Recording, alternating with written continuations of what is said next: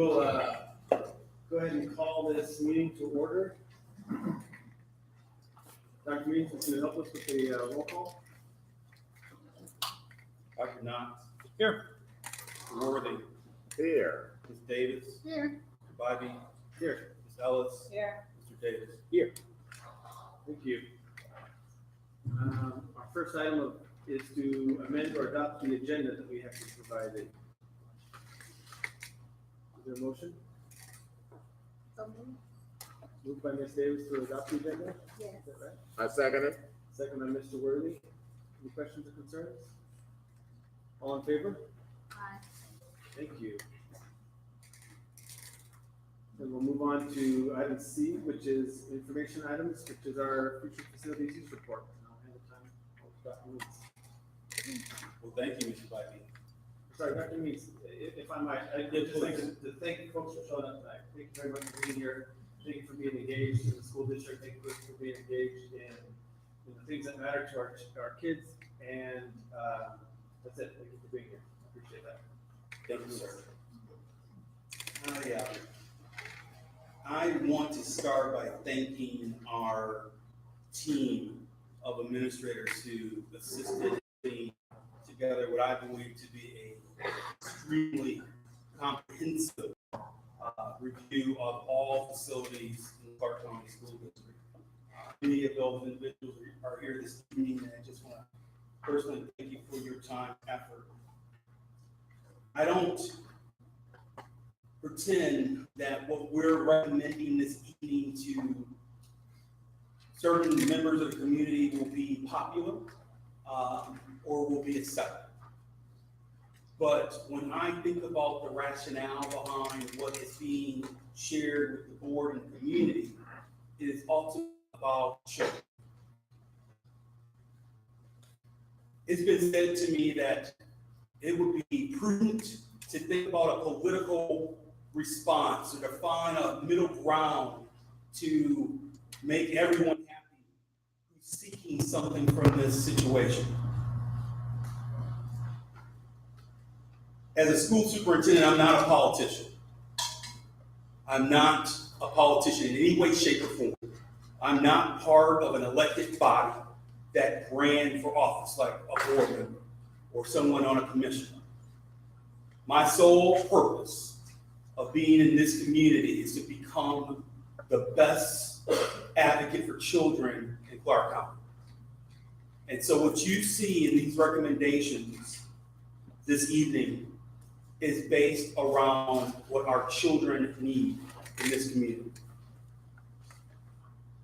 If you have questions about this presentation, about the recommendations that have been posed to the Board of Education, please, there's an email here. You may email your questions. If you email your questions by 9:30 this evening, our team will answer your questions. Anything past 9:30 this evening, we'll take them and analyze them, and we'll post those responses at a later date. So again, this is the email that you can utilize either here in the atrium or at home. So what is the why? Before jumping into the what is the why? The why ultimately is regarding our children. The number 136 is extremely important because we have 136 4-year-old children in this community who were placed on a waiting list to get into pre-kindergarten this year.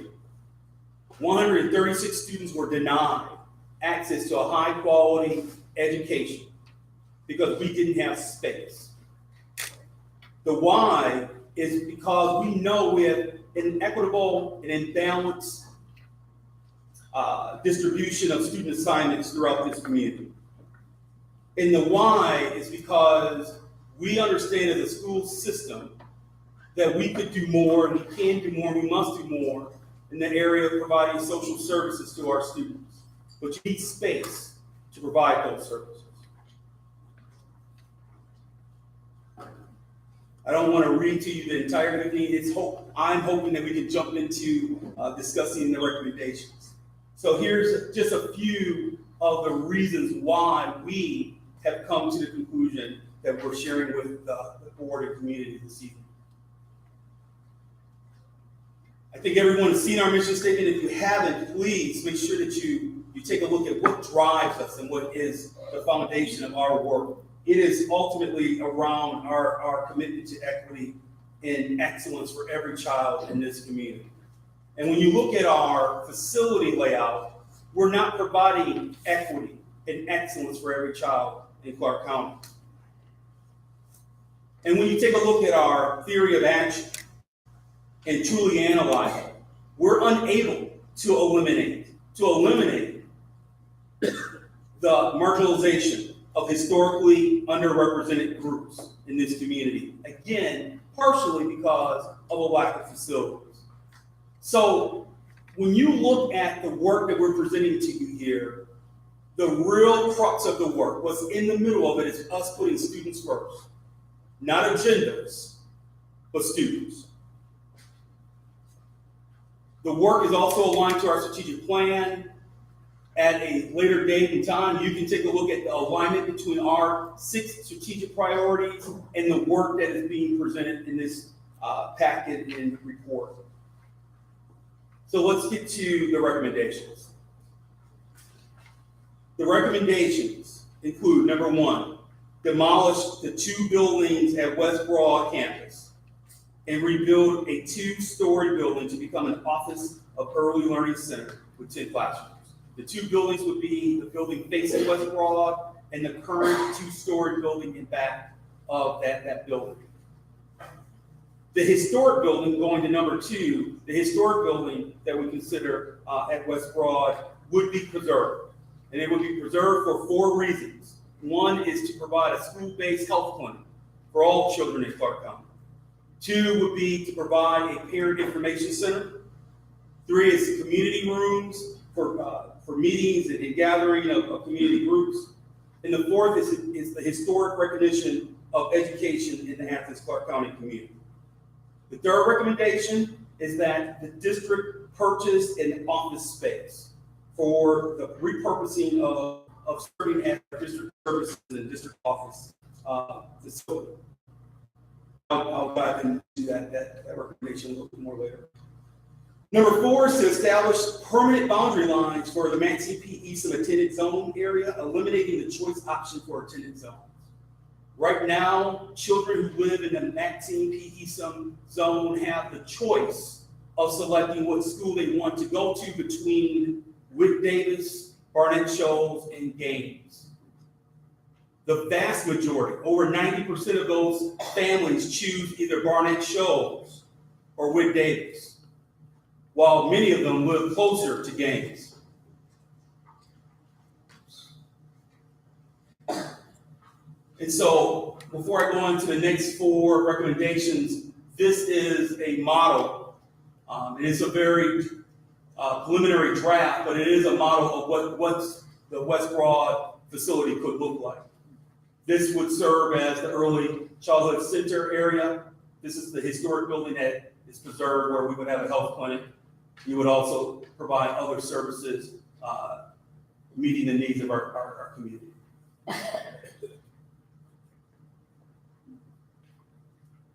Number 5 is to redraw boundary lines to assign a community of students to Howard B. Stroud. These students are currently attending Gaines Elementary School, and when you look at the map, they're actually closer, they live closer to Stroud than they do to Gaines. Number 6 is to construct School C. School C was a concept that the Board of Education considered many years ago prior to the economic downturn of 2008, and that concept was put on hold. It's our recommendation that school be constructed and boundary lines for schools impacted by School C would be adjusted toward the beginning of that school being open. Subsequently, the construction of a brand new Clark Middle School or renovation of Clark Middle would be delayed until SPLOST 6 or at a minimum 2023. And then the final recommendation is to renovate Old Gaines at the conclusion of its current purpose of housing Hillsman Middle School to become an educational center that includes an office of early learning, a boys and girls club or youth center of some sort, a junior achievement biz town, and community meeting groups. This is the concept right now of what Old Gaines could become. The historic building would be preserved. This building would become, and it's our vision that it become the Maxine P. Esom Early Childhood Education Center. This facility would become our junior achievement biz town area, and this would be a youth center that could be used by either leisure services and or the Boys and Girls Club. Mr. Bobby, I don't want to drone on and talk at the entire evening. Let me pause here for a second and see if there are questions from the Board of Education before we jump into proposed timeline.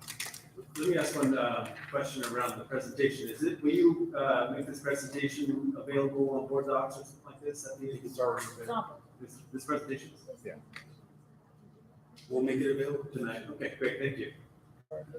Yeah, Dr. Means, going back, I can't recall what frame it was, but anyway, when you made the first three recommendations and you talked about space and you showed a model, in terms of West Broad, my question is this: space, everything gonna be on, I'm not showing the model now, it's just on one level, but is everything gonna be on one level? From a construction standpoint, we have to have exit levels where students are able to leave the building on level. So, while it's a two-story building, there will be exit ways where they are on ground. Okay, all right. Now, the next portion, the model that you showed, and you were talking about Stroud and Gaines, and there are students at Gaines now that probably should be at Stroud. Now, in terms of doing that, that's going to sort of equalize the enrollment of those elementary schools. In the report, Mr. Worthy, you'll note that Gaines is one of our schools that's over capacity right now. Yes. We have a number of temporary classrooms located there and I think we actually have so right now, if you take a look at this sliver of children in the circle are actually assigned to Gaines Elementary School. Okay. But you'll see that's Stroud right there. And so we believe it's more prudent for them to attend Harvey Stroud versus Gaines, obviously because there's some capacity issues that we're worried about. And seemingly they are closer. Yes, sir. Okay, thank you. Yes, sir. Yes, sir. In terms of microphone, turn you right. Thank you. Sorry about that. In terms of the renovation of the buildings at West Broad School, the older one, Yes, sir. in the report it talks about a community, access to the community. How would that be done in terms of evening times, weekends? Creating access to the facility is not a difficult thing to do. You would ultimately have to have support staff to be present to support those reservations. But it would ultimately come down to community groups reserving the space, us identifying what days we have staff available to allow the community to use those areas. It's very easy to accomplish and to facilitate. Because I know when we do it in the schools, I think sometimes in the public schools, that we put a charge to it, I think. Yes, sir. So would that be done kind of the I same think that's way? something that would be open for conversation. The more we can make the West Broad facility a community hub, the better. And one other question, when we talk about, I think earlier this morning you used the word school-based clinic, I think. Yes, sir. Okay, is that the same thing as a community clinic, or it's not? Tell me what's a school-based clinic look like? A school-based clinic is for young people who attend the schools in Clark County who have medical needs. We are able to provide those services to them through a school-based health clinic. Not a community health clinic. It's a health clinic that is school-based and serves the children of Clark County School District. So would that be something to supplement with the nurses we have in the schools? Is that?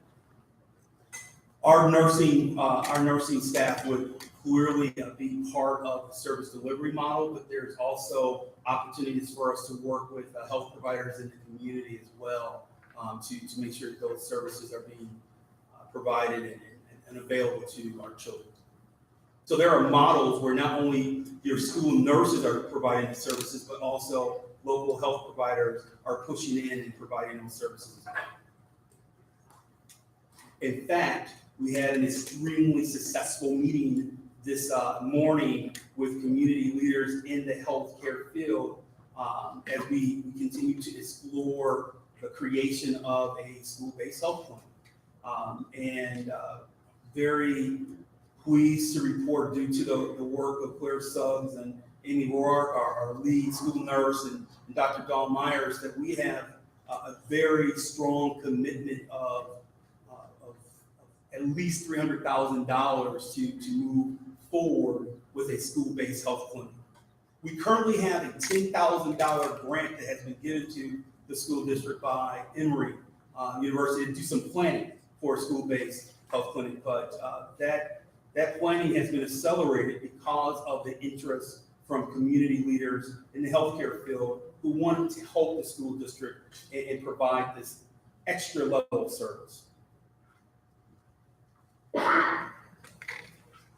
Dr. Means, I'm quite sure this was mentioned with the space pertaining to West Broad, but somehow maybe I overlooked it.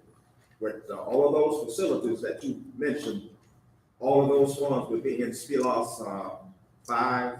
Yes, sir. They've already been identified as SPLOS 5. Right. Yes, sir. Okay. And I believe you mentioned, well, I think I saw SPLOS 6, and that would take future facilities like Clark Middle, et cetera. We believe that right now our SPLOS scholars, let's talk about that for a second. Sure. We've projected a monthly intake of $1.8 million with SPLOS 5. We've actually been tracking, and it's one of the reports that the board receives on a monthly basis. We've been tracking on an average of the past year a little over $2 million. If those projections continue, and we also continue to have positive results with our final capital outlay, or the final bill, if you will, the projects that we're currently in the midst of constructing, things like Coyle and BHL, Hillsman, and we're starting to wrap up Oglethorpe. If we do our due diligence, we believe that at the end of SPLOS 5, we'll have $20 million for a construction project. Now, when you consider $20 million, that's a lot of money, but it won't be enough money to construct a new Clark Middle School. We'll be in the same situation that the community was in a few years ago with Clark Central, where you had to actually bridge the construction and the work for Clark Central over a number of different SPLOS referendums. So we believe that the $20 million, however, is an appropriate number for construction of an elementary school. And when you consider the fact that on the west side of town, we have 3 schools that are over capacity. You have Chase Street, that's over capacity. You have Whitehead Road, that's over capacity. You have Timothy, that is 3 students away from capacity. We have significant imbalance there. And so by constructing School C, that would be a positive thing. The last thing I would share with you is that if you look at the map, there are at least 500 students already in residence in that zone right now that would be considered School C. So for a number of different reasons, we think that it's it's appropriate and it actually helps our vision of maintaining low class sizes across all of our elementary schools by having a 15th elementary school online. Again, keeping the focus on academics, keeping the focus on helping young people grow from a social, emotional, and academic perspective. We believe that a 15th elementary school will be helpful. Yes, ma'am. Back when School C and Maxine Easton Elementary schools were, when the board decided not to move forward on that construction, it wasn't because we didn't have the SPOS funding to build the buildings, it was because we didn't have the general funding to open staff and maintain the buildings. So while the SPOS funding is available, do you feel that the district is in a sustainable, fiscally, financially sustainable place where we can staff and maintain those buildings in the same way? Because that was the reason for the cut. It was never about the SPOS money, it was about operational money. We would make the sacrifice in our operational budget to provide the overhead costs of a 15th elementary school. And that means you have to find the funds for a principal, an assistant principal, an instructional coach. But it's important to know that with all of our overcrowded schools and temporary buildings, we have ample staff. We have staff in place right now. We're reducing class size, but we're reducing class size in tight buildings. If we could create a 15th elementary school, now you're not splitting classes in tight facilities, you're splitting classes and creating low class sizes in a brand new school, where you see an increase in enrollment and interest of more home buildings. So in terms of the operational costs on a year-to-year basis, adding another elementary school, how much money would that be from our general budget each year? 1.5. No, and you do it once because you have to make the cut once, and then you've decided that you're not spending it on something and you're going to invest it in something else. It would be somewhere between 1.5 to $2 million, depending on the experience that you would bring in for a principal and an assistant principal, how many administrative assistants you would have in a building. But it would require us to make a reduction anywhere between 1.5 to $2 million. And that would come out of other things. Other things that we're currently doing. But please know, we've made a commitment to low class sizes right now. And so if we want to continue to have low class sizes right now, we would have to make that same type of tough decision. The only thing is, those teachers would be teaching in temporary buildings. Our recommendation is that they would be in a brand new building. And also you're allowing teachers who are in existing buildings to have the space that they deserve. So in other words, you're not asking special education teachers to go to a temporary building outside. You're not asking for EIP teachers who work with our struggling students to go to a temporary building. We haven't talked about this yet, but the issue of school safety should be considered. When you have so many temporary buildings, access to the public is greater. And so by having a 15th elementary school online, we believe that not only are we making our schools safer, but it's more equitable because you're not asking the students who need those services to often go out to their gifted teacher in the temporary building. They're actually in a school. Dr. Means, Yes, sir. I think you're right on target because several years ago, Board of Education, and obviously we have two board members now, and this was what I'm getting ready to say was centered around building the Maxine P. Easton Elementary School. But anyway, we all discussed this, and it was decided that with every elementary school try to have the enrollment somewhere around 500, maybe slightly above. You get that, especially a district this size, because when you allow the elementary school to get so large, you just lose the identity of your student body. We talked about that several years ago. So just to follow up on which schools, let's see. So we're relieving the overcrowding in which schools on the west side? Chase Street, Chase, Timothy, Whitehead. And candidly, we don't know what the impact will be in future years for Oglesboro. We overbuilt that building as well.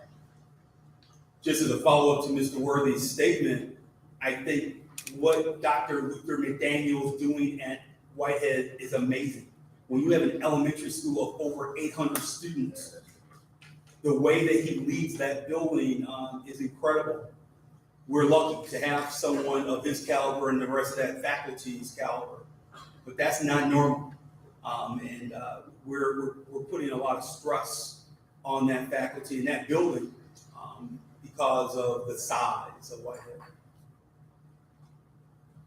Yes, sir. Dr. Means, and if it's in here, just point me to the page and that would be great. But looking at SPOS 5, looking at I think that the original projection was $120 million, if that was raised. And do you have in here how much has been already dedicated for, for VHL, for Coral, for Hillsman, and any other projects that we've already kind of dedicated for? And then have we taken that number and then also included monies that are in this proposal for various items? I won't go through them now, but I feel like I need to get kind of a dollar and cents. Absolutely, Mr. Davis, we can get that for you. Is it in here? We don't have a tally of how much we've dedicated to SPLOST 5 projects to date. We can provide that for you, and we'll have it for you by tomorrow morning. And we can also provide to you by tomorrow morning. And I think, frankly, you can do the numbers are right in the chart, but we can tally up what we are recommending for additional projects within SPLOST 5 as well. Because I know we're talking about, building school C, we're talking about, the tearing down and the construction at West Broad and the early learning. If we could separate that part from the West Broad site itself, I mean, the 1936, I think, building, what it cost to renovate that building. So separate those two if we could. And then, also in terms of, if we said, and there were some things that were discussed this morning that I'm not going to elaborate on, but what we threw out some cost numbers there as well on like other things that we were hoping to get accomplished through SPLOST 5. So let's just be transparent. Okay. What you're referring to, Mr. Davis, is that there is a committee called the Citizen Oversight Committee. And there was a gathering of that committee this morning to provide them a courtesy of what was being presented and what's being presented this evening. Right. So that's the meeting that you're referencing. Right. And so please help me understand what numbers are you referencing. Well, we're talking about, perhaps, doing some like a new gym at Clark Middle, which a price tag was given. The early learning site at Old Gaines, what that would cost, and then the district offices, purchase and renovation. So let's start backwards, Mr. Davis. Okay.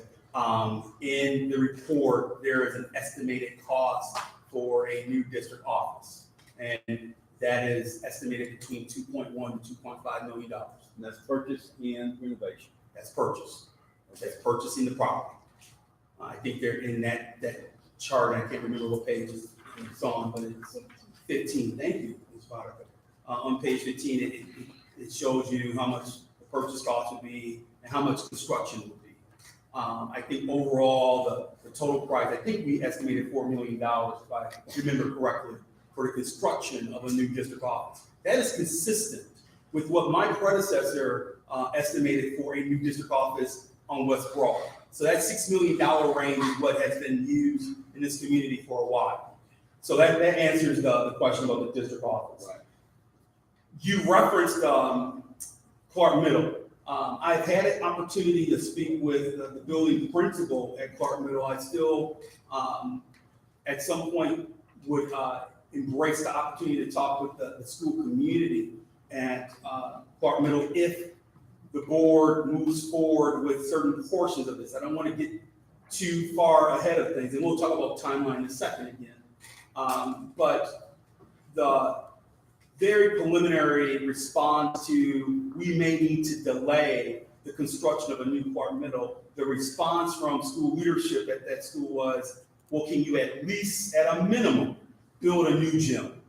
The gym at Clark Middle is dated. And it would be nice to have a new gym. There's complications with that request. The complication is that we would be doing the same thing that we've done to ourselves at Hilton. We've constructed a very nice gymnasium there, and now we have to build a brand new school around that gym. So that's a challenge. But Mr. Gilbert is a trained engineer from Georgia Tech. I'm sure he's up for the challenge. We estimated that a new gym would be somewhere around 10,000 square feet. And if you estimate that it's $150 to $175 per square foot, that is a $1.5 to $1.75 million project. And so if we wanted to, at a minimum, from a temporary intermediate solution, if we wanted to build a new gym, that's the cost associated with it. I hope I answered all your questions. I have a question, and then let's think about, because I don't want to ask questions of the meat of things that you want to present about. So I know each of these recommendations have some meat that we can go into, if that makes the most sense, or gather, but I'll leave that to you to kind of structure this conversation. I'm sensitive to wanting to address every question you have. Yeah. Because again, we as a team, we spent a lot of time focusing on good solutions here, and solutions that were really that would support our academic program, Right. and also our vision and hope for stronger social service community school features. And in the report, there's meat on the bones about each of these. Yes, sir. Like, for example, I know you talked about doing away with the choice attendance zone, but in the report, we talked about grandfathering in the current students to make sure that there's not a disruption to those students. So, but my question is around the early learning sites, early learning here on the west side and also on the east side, because we have a few different age groups and a few different ways we pay for each of those, right? So we have pre-K paid for by lottery. Yes, sir. And we have childhood, which is Head Start, early Head Start, if I understand all this correctly, paid for by Federal government. Federal government grants, also ways we do that. So if we build the pre-K classrooms, are we guaranteed the funding from lottery to be able to fund those classrooms on the pre-K side? And then how confident are we on the Head Start, early Head Start, that other early learning component, that we can have the funds necessary to operate those classes? There's no 100% guarantee. Let me start there. But both gubernatorial candidates have spoken highly around their support for early childhood education. Both candidates. So whatever happens on Tuesday, the candidates have indicated that they understand the importance of early childhood education. I think that's a signal that state leadership understand that just funding this very important educational function through lottery dollars may not be enough. And that's positive. That's a good thing. The trend at the federal level, despite leadership challenges and philosophical challenges in the Department of Education, has stayed steady.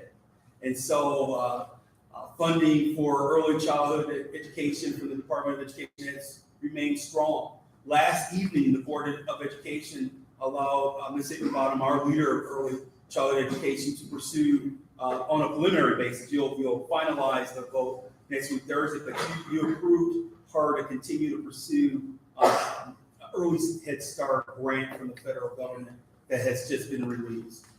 In short, there's no guarantee, but the trend has been very strong in supporting early childhood education. and the funding mechanisms that are currently in place seem to be a positive trend. So it's you're confident in the fact that if we build these classrooms, we can fund that. We can pay for that. I am this year. unable to give you a 100% guarantee, but I can share with you that there is a very positive and strong trend right now that early childhood education has been supported both at the state and federal level.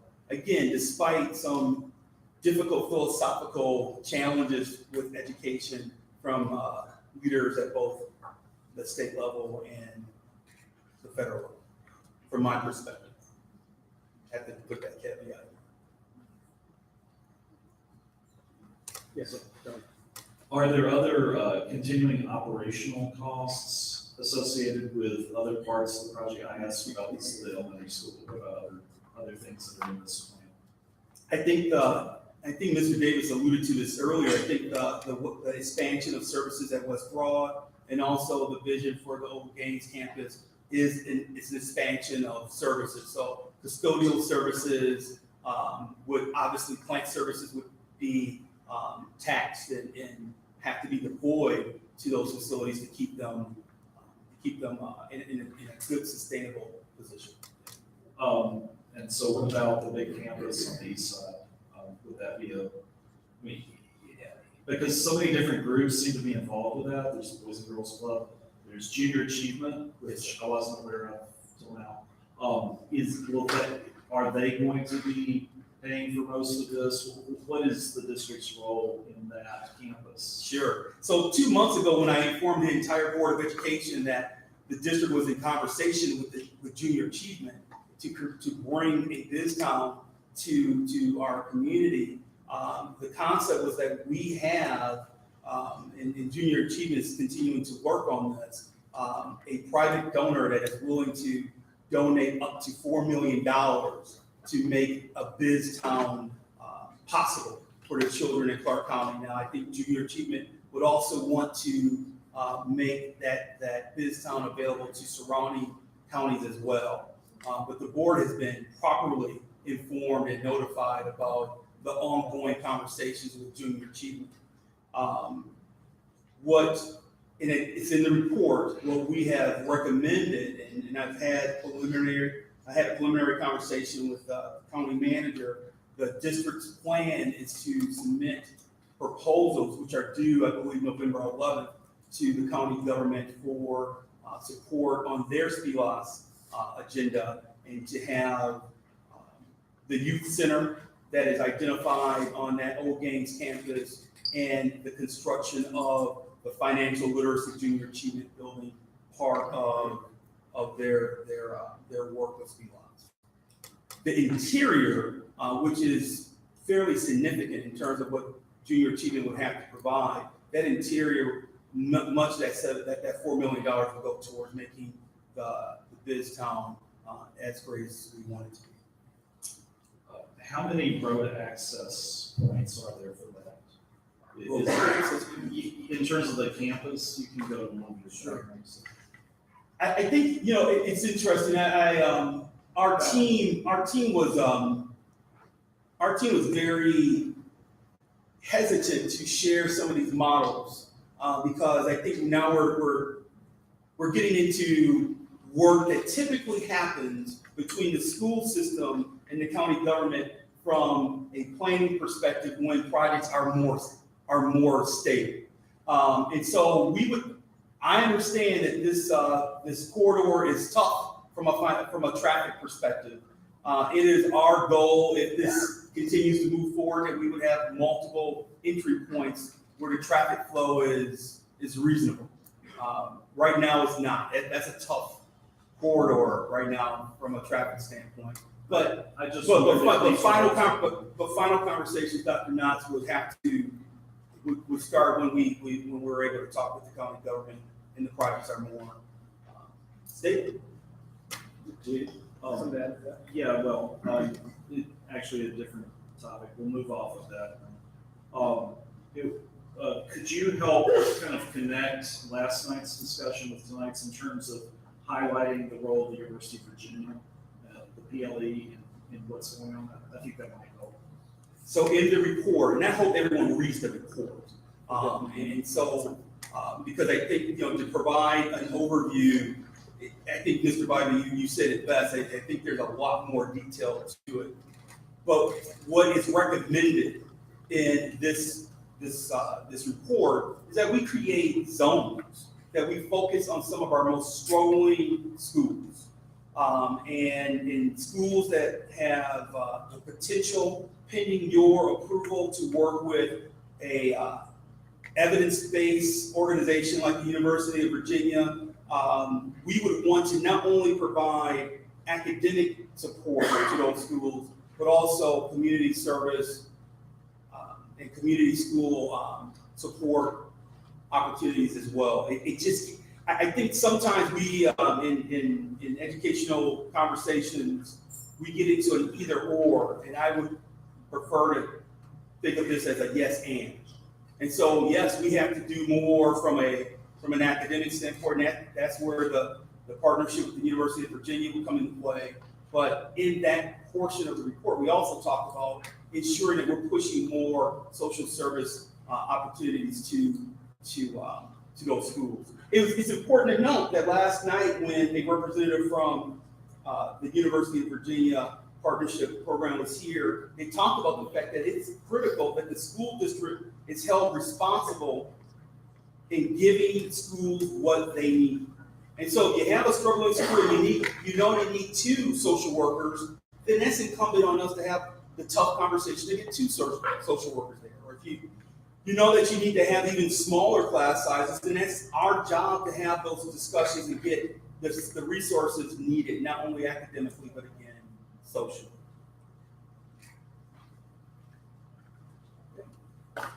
Sorry, as a matter of progressing through the meeting, do you want to keep going like we're doing? I am prepared and very happy to answer any questions you have. I think, if I may, recommendation. Maybe what I can do, Mr. President, is just talk about the timeline. And I think once we talk about the timeline, then that is the conclusion of what I have to share from general substance. Does that sound okay with the other board members? Okay, great. Thank you. So from a governance standpoint, our administrative team is proposing that you, as a Board of Education, act on each of these recommendations separately. Per policy, you're supposed to act on, either accept or reject proposals that we bring to you that's over $80,000. So we're not presenting this to you as a package. We're not asking you to vote on this in the near future. There's a timeline that will lay out what needs to happen over the course of, frankly, the next 1.5 to 2 years regarding all of these different projects. The first step is to select an architectural firm.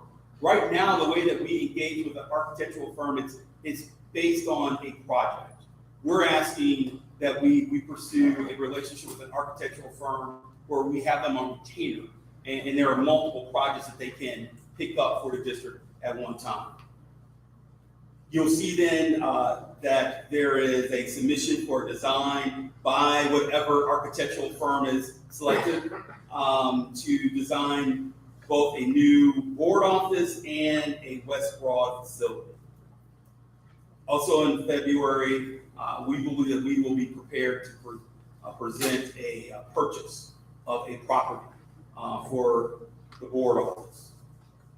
In March of 2019, we would propose a construction contract for a new board office. We would like, ideally, to, if all goes well, to be moved out of this facility by the summer. That's critical because our career academy is unable to grow at the rate that they would like to grow because the district office is here. We're pausing and impeding the growth of the career academy. So that's the first set of proposals and actions. The second is action to approve the demolition and construction contract for the West Broad facility. The memorandum of understanding concludes with the Acton's Land Trust in September of 2019. So the timing is appropriate. Action to approve the architectural contract and design for School C would then start. We would start the process of trying to develop a vision for what School C could be. The demolition of the two West Broad facilities that I mentioned earlier, not the historic building, would happen in October of 2019. Then we would pivot to the action to approve a contract to demolish Old Gaines. That demolition would then happen in December of 2019 with a contract to approve and to move forward with a School C construction in July 2020. All of those would be separate actions that the Board of Education, from a governance standpoint, would either approve or reject.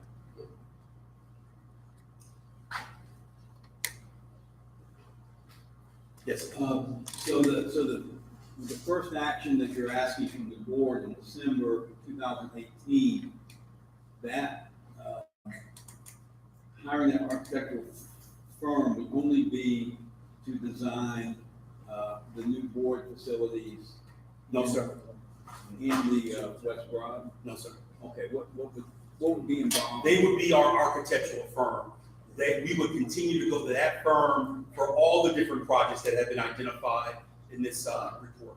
Okay, what about on September 19th, we're paying 10% action to approve architectural contract with the design Yes, sir. School C. Yes, sir. So that would be under that. It would, because although we have a firm that we would be working with and we would confirm, it's still an expenditure over $80,000. So we have to come to you to execute that design process. So we've often entered into multi-year contracts with firms, especially most of our construction is 3 to 5 years. So is that what we're talking about here with the architectural firm, probably a 3-year commitment? Yes. Well, keep in mind what you've been doing is you've engaged with architectural firms on a project by project basis. Yeah. What we're suggesting starting in December is that you engage with an architectural firm that would be a one-stop shop that would have the ability to work on multiple projects for Clark County. And so the $575,000, that would be essentially like a monthly fee? Is that kind of what it is? That's based off of the construction contract, the 2 projects we're trying to do. Oh, They typically- the one's right below? Yes. Okay, well, that's what Greg asked. Yeah, that's what was confusing. Okay, and then there's $1 million for School C. Yes. Dr. Means, I'm looking at the demolition of Old Gaines facility, when I asked for approval on that November 2019. And actually demolition would take place December 2019. And a little bug went off in my head. And I believe we said earlier, Clark Middle would be in still 6. Now, all of, well, I'm gonna say all of, a number of schools in Hillsville is in the Old Gaines now. When we do these construction projects, we have used Old Gaines to move schools in there. Now, are we planning to have on-site construction with the students still in Clark Middle? Yes, sir. If you do that, we won't have Old Gaines. We will not. We have found after a few months at Old Gaines with middle school students that it is not appropriate. it's not favorable for the young people to be in that building. And the campus of Clark Middle is large enough where we could stage the construction of a new Clark Middle while keeping the children in the current existing building. Similar to what we did at Clark Central, although you weren't here. And I don't know how they did it, but whoever did that, they worked, I guess it was John, a year ago. Yes. Okay. Now, Dr. Means, in terms of the funding for the the old Gaines facility, I know you've got the demolition cost, but in terms of the early learning cost, is there a projection? Would it be similar to what you're anticipating for the West Broad? It would be identical to the cost for the West Broad facility.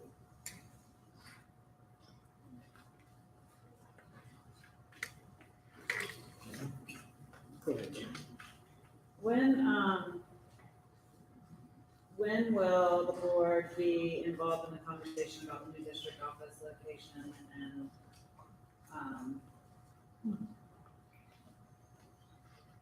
Sure. I mean, I understand there's probably, like it's confidential now, I mean, but anyway, when is that? It is, we as an administrative team, we've been searching for ample space for a district office, candidly since I have arrived.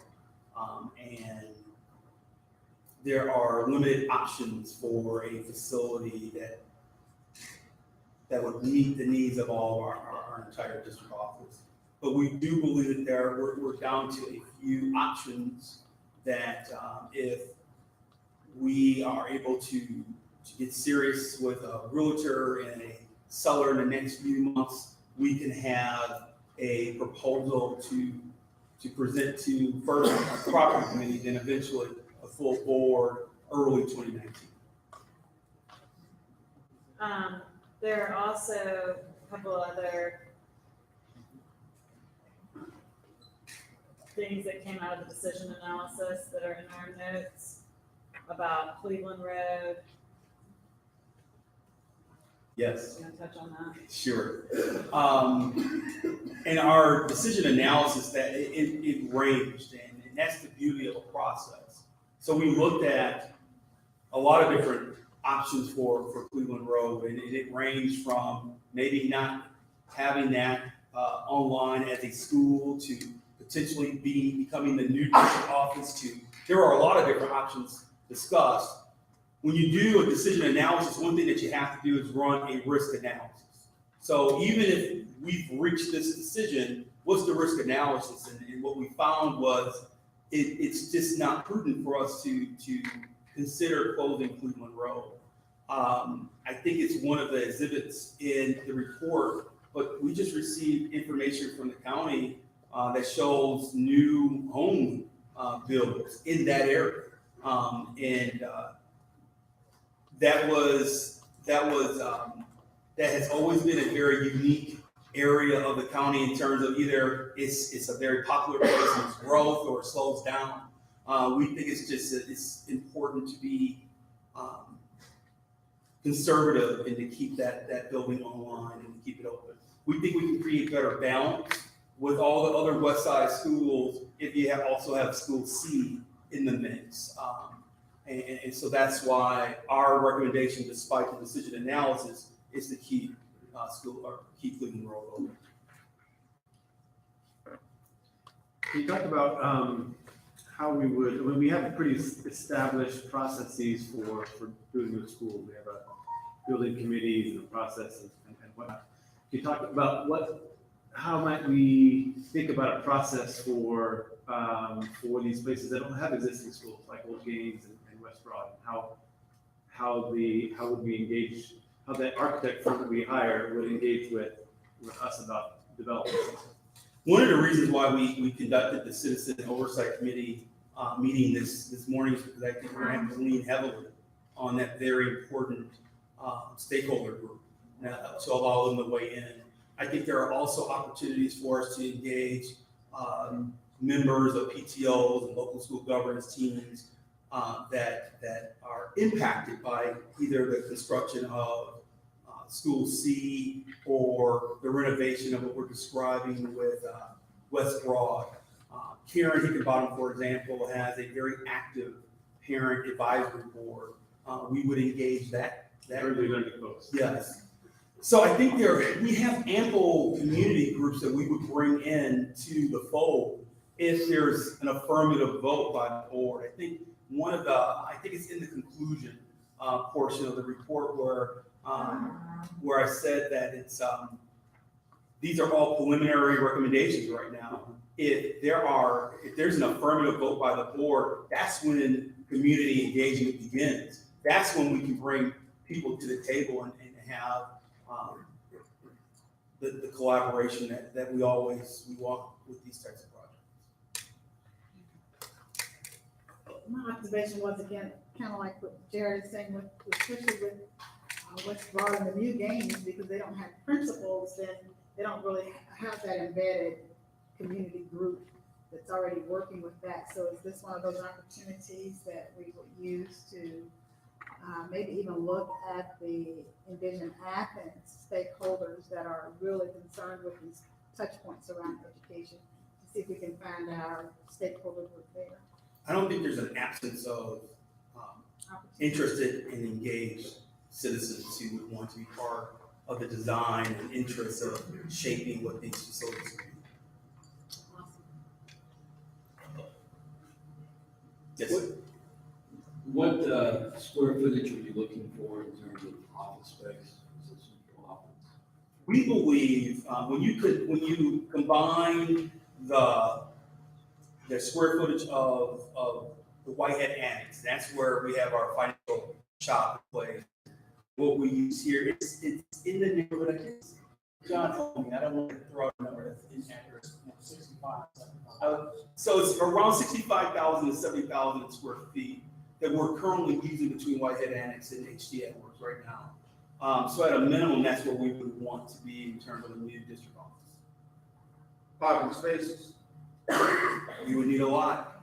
We would want to get it as many as possible.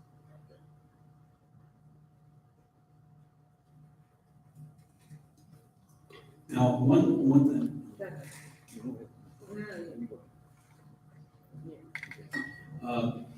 I know that we've got the parenting center possibly in 2 locations. And, you know, I guess maybe you can justify even being in 3 locations, but do we have the staff to do that? I think that's Mr. Bybee's question around how sure are we around the lottery funding for early childhood education. Oh, I thought the parent resource center. I'm sorry, you're talking about the pit. Yeah, right.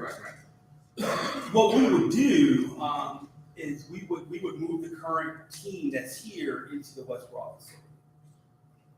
So that would not be part of the central office. The team that's currently staffed here, we would move them to the West Broad. Okay, and then registration would not take place at the central office that we newly renovated. No, it would not. Well, let me say that differently. I don't want to make a leap, and that's why we laid it out this way. Each project is independent. And so if we do get a new district office and we do have a parent information center at West Broad, there's a possibility that we have multiple people for registration's sake at multiple sites. So instead of having the bottleneck that you have sometimes with registration, you can have 2 different locations. But that doesn't mean that you have to staff 2 different parent information centers. I think actually it could be a great convenience for families if there were multiple locations that they could go to and register. Can we please make those high-tech? So could you repeat that one more time? Ms. Could we please make those high-tech? It's right, I think registration is it's an online model right now, but I'm talking about video from one site to another, so that even if you're walking into a room that's not manned, you can actually have that conversation and share and see each other. I think that gives it more of a personal touch. I would love to see us advance technology as we move forward with this. it's a great suggestion. Thank you. Yes, ma'am. I don't remember if I read this in the packet or if you said it or if it's not even part of it at all, but if we're gonna talk parent information centers and registration and we're gonna talk West Broad and Old Gaines, is there a proposal to put a parent information center and a registration center at Old Gaines? I think that facility and that campus is pretty vast. And so there's a lot of opportunity for, and I appreciate what you're sharing. I think this building right here could be used for a lot of different things. And it could be a temporary parent information center during registration periods. Or Yes. all the time. I mean, I think our Or all East the Side time, community yes. doesn't, it's not, all the district offices being constantly on the west side, if the parent information center is what you need access to the most as a parent, if we could give access to our east side families, I think that would be. I think that's why I do appreciate the question that was posed about the conversation we started last evening at our board work session around the partnership with the University of Virginia's, what I want to call transformational programming. That's just one piece of really bringing life to a school community. The other part of it is having facilities where you don't have to come to West Broad to register your child or to have high quality early childhood education. So duly noted, we can explore that. I think what we tried to say in the conclusion of this report was we can't have those conversations unless we have at least a discussion about getting there. I mean, once we have this facility, then we can start becoming more innovative and creative and offering the services that you're suggesting. We have one of our neediest school communities right there. And so Yes. I really think that having a parent resource center or information center right there is a critical component to the success of We the agree. transformation of that school. We agree. My other question, and going back to the decision analysis, I'm tiptoeing into this one. Restructure of attendance zones. Yes, ma'am. We can touch on that. So, yes, we're gonna all tiptoe now for a little bit.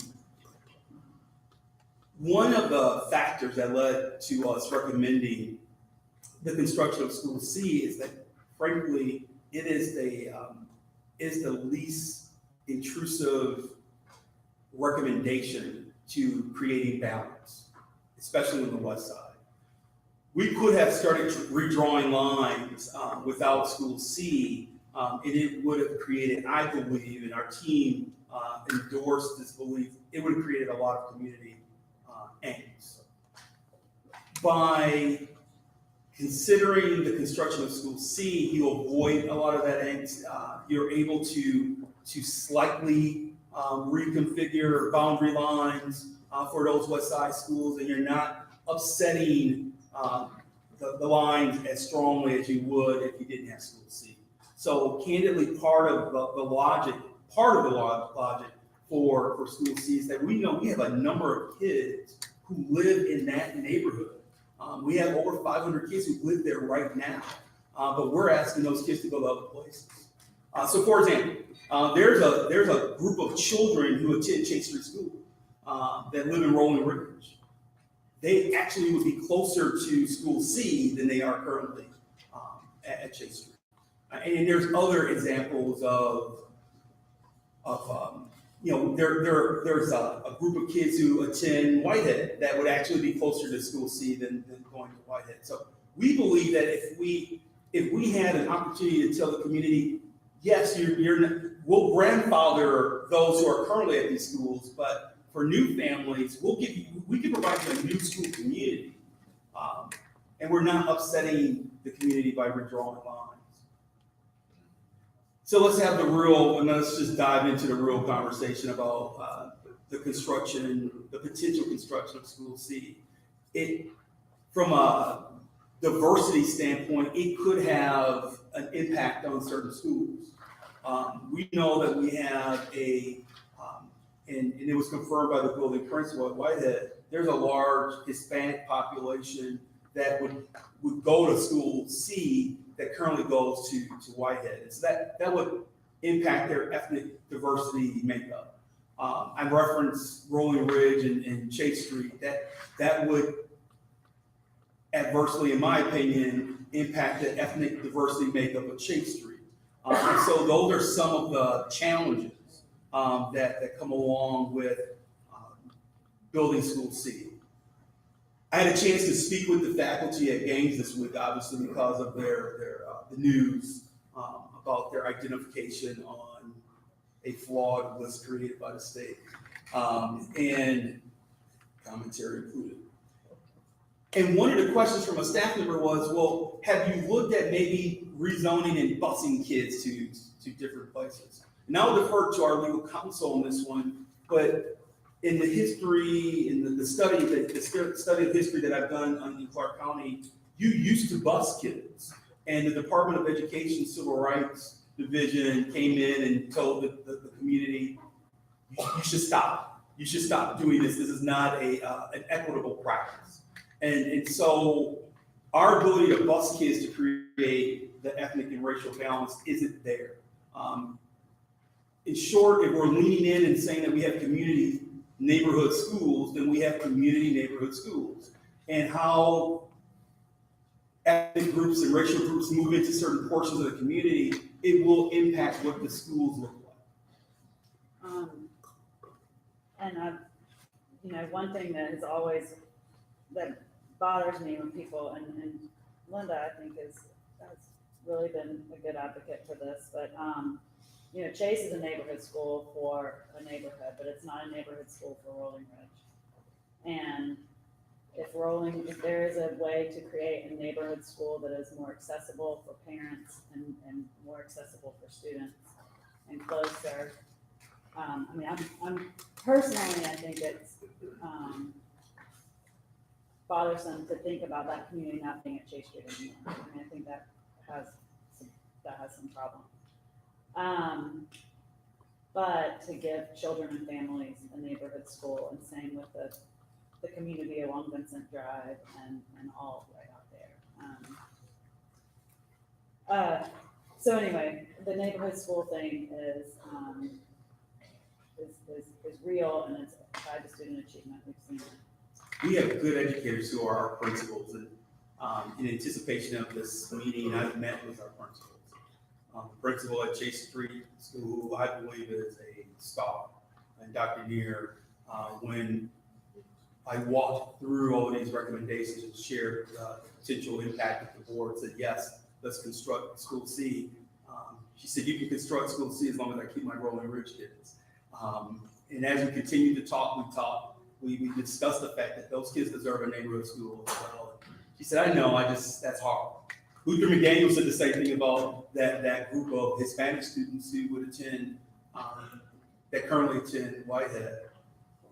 Dr. Carson at Howard B. Stroud she jumped out of her chair when she said, yes, I want to take the kids who live closer to Stroud, who currently attend Gaines. I want those kids because those are my neighborhood kids. So it's a double-edged sword. In some cases, it's a loss for school communities for sure. In other recommendations here, there's some advantages.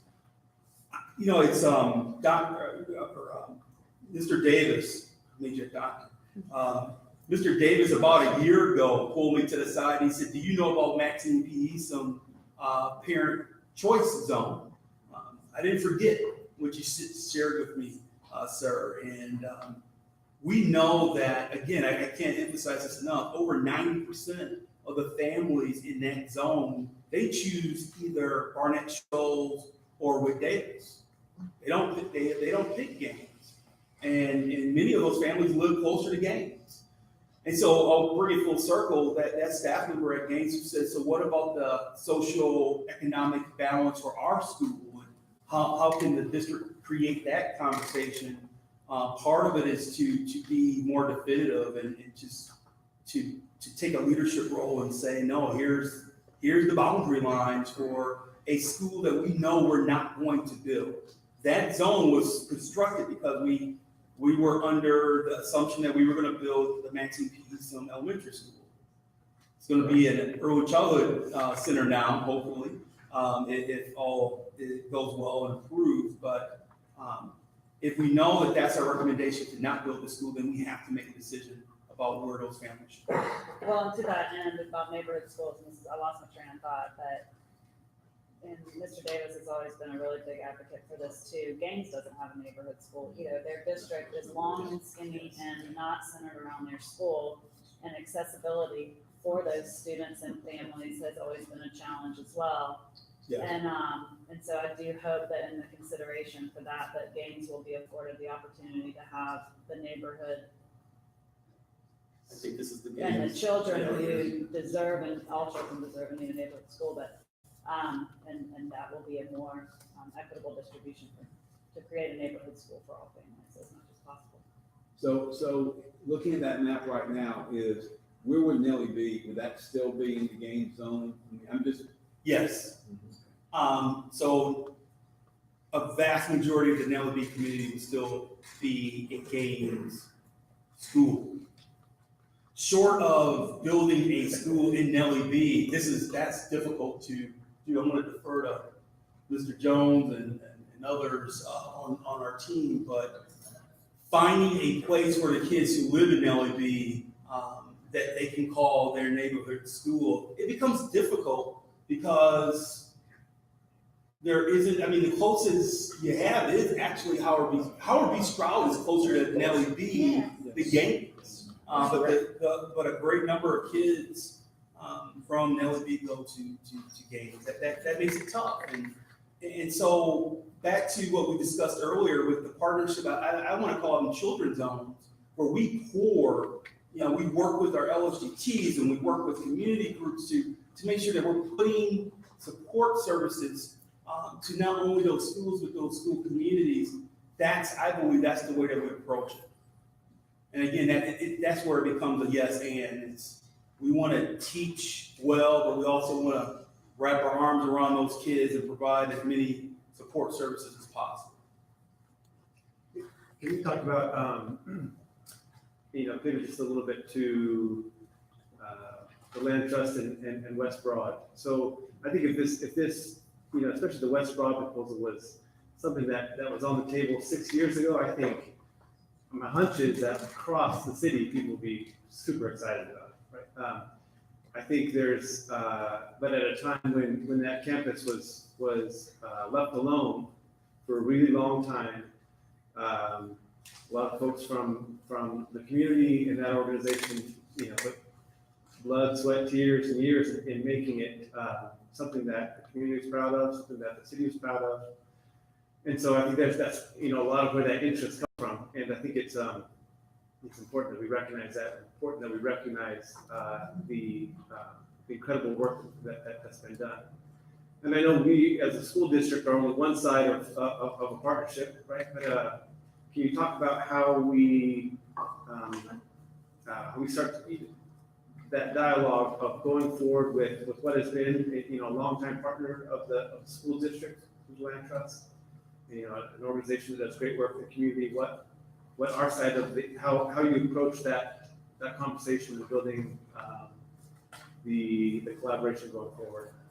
I am empathetic to what I'm about to say, because I understand that there are some supporters of the West Broad Garden and Market that will say anything less than the land trust remaining at West Broad is unacceptable.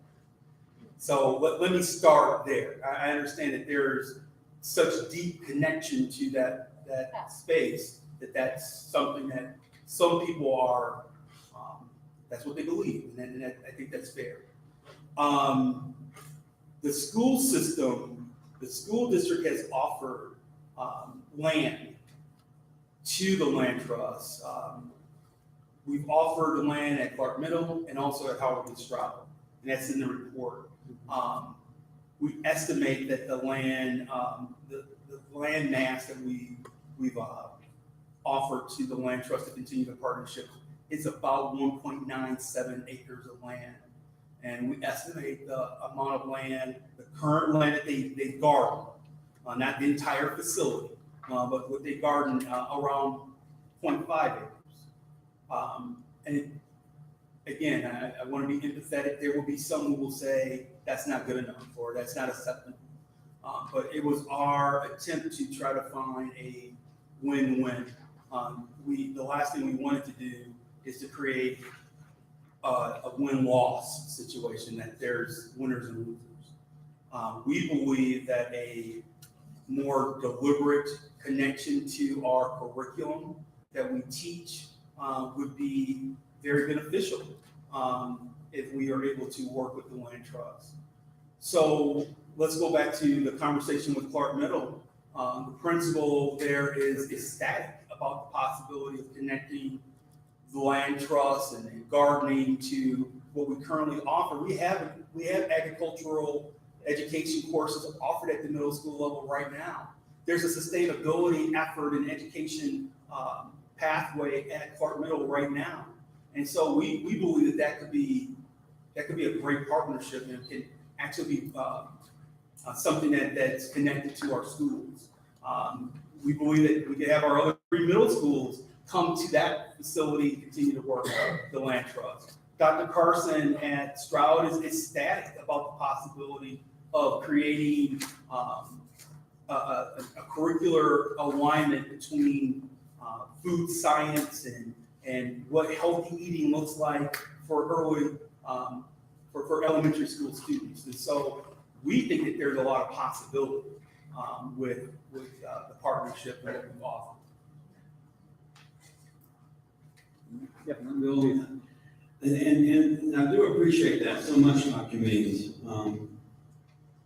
But I do think that sometimes the way that we phrase things, I know in the question and answer sheet that you gave us in our notebooks, where you pose certain questions and then pose the answers to them. Yes, sir.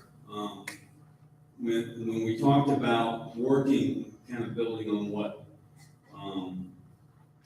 Jared just said, we're talking about, the question was the proposal for the Athens Land Trust underscored direct support for educational pathways for students. How will these issues be advanced with the district's recommendation? The response is that the district believes that the Athens Community Career Academy can support pathways described in the Athens Land Trust proposal. And I'm not saying we couldn't, but I think that we're stronger as a community if we are at least from the very beginning hoping to sit down and to form these partnerships instead of saying that what the land trust has proposed thus far we can duplicate it. So we really it kind of gives the message that we're not looking for a partner in the way that's particularly the question is phrased, in my opinion, that response. So I know some of the issues that they talked about, was like the woodworking and the and the renovation of homes in this particular area, in terms of a woodworking group, commercial kitchen, community health clinic. I mean, it just seems like that there is room for us to I'm not using the word compromise, but I'm using the word sit down and engage in dialogue, because I think there's certain things that can be offered, if not at that site. And I mean, I'm not sure if it's just the garden at Clark Middle isn't the only thing that the land trust brought to the table. And so I'm trying to figure out how these other programs that were in their proposal, that many of them they've already initiated, and to me they do benefit our students and they do benefit the community, which if you benefit the community, in my opinion, you also benefit students. So I'm not sure where I'm going with this, but it just seems like that there needs to be some gathering together, and recognizing that we can have the bulk of this without every single piece fitting just the way it is in this nice notebook here. Well, Ms. Vodka deserves a lot of credit for the nice notebook. Yes. I would say that I appreciate your statement. But our focus was our strategic plan. And our strategic plan said that we need an Office of Early Learning. Our focus is also creating stronger, better social service options for our kids. And so when you consider that we proposed to create an Office of Early Learning, because we know we have 136 kids on a waiting list to get access to pre-kindergarten. And we are proposing to create a school-based health clinic. There isn't then anything left for what you're proposing, or what you're citing as was also important. I guess, and I would defer to Mr. Harris, Lawrence Harris, or Michael Harris. I would also be curious to know, where do we have construction courses in our school system, and where do we not have construction courses? I think the Young Builders Program is very important, but we need to have a connection between the land trust and where we're offering construction courses. That's stronger alignment to the curriculum. It can't be a program off to the side ran by a nonprofit that's offering a great service. That's amazing. We want that to happen. But as a school district, our first charge is to make sure that that connection with our curriculum is clear. It is crystal clear. And so that's really, that's part of the conversation we want to have. That's why we're excited about having the land trust if they choose to take us up on the offer of using the land at Clark Middle. There's great opportunity to align our agricultural education with what they do with the gardening. There's great opportunity to tie food science and some of the work that's happening at the University of Georgia and their fine Department of Food Service with our kids at Healthy Sprout. I think there's just, I would, that's why I'm gonna ease into this conversation softly by saying, I understand disappointment from people and respect it. And I'm not here to say you shouldn't be disappointed. That's your prerogative, and I understand it. But I want to be a glass half full person and say that there's a lot of opportunity with a partnership, a deliberate partnership, if the land trust chooses to pursue it. Well, and to be totally frank, we have, we can't plan for land, we can't plan the program, we can't plan their organization, but we have not had our ducks in a row for a while with regard to that site. And so in the absence of having those things,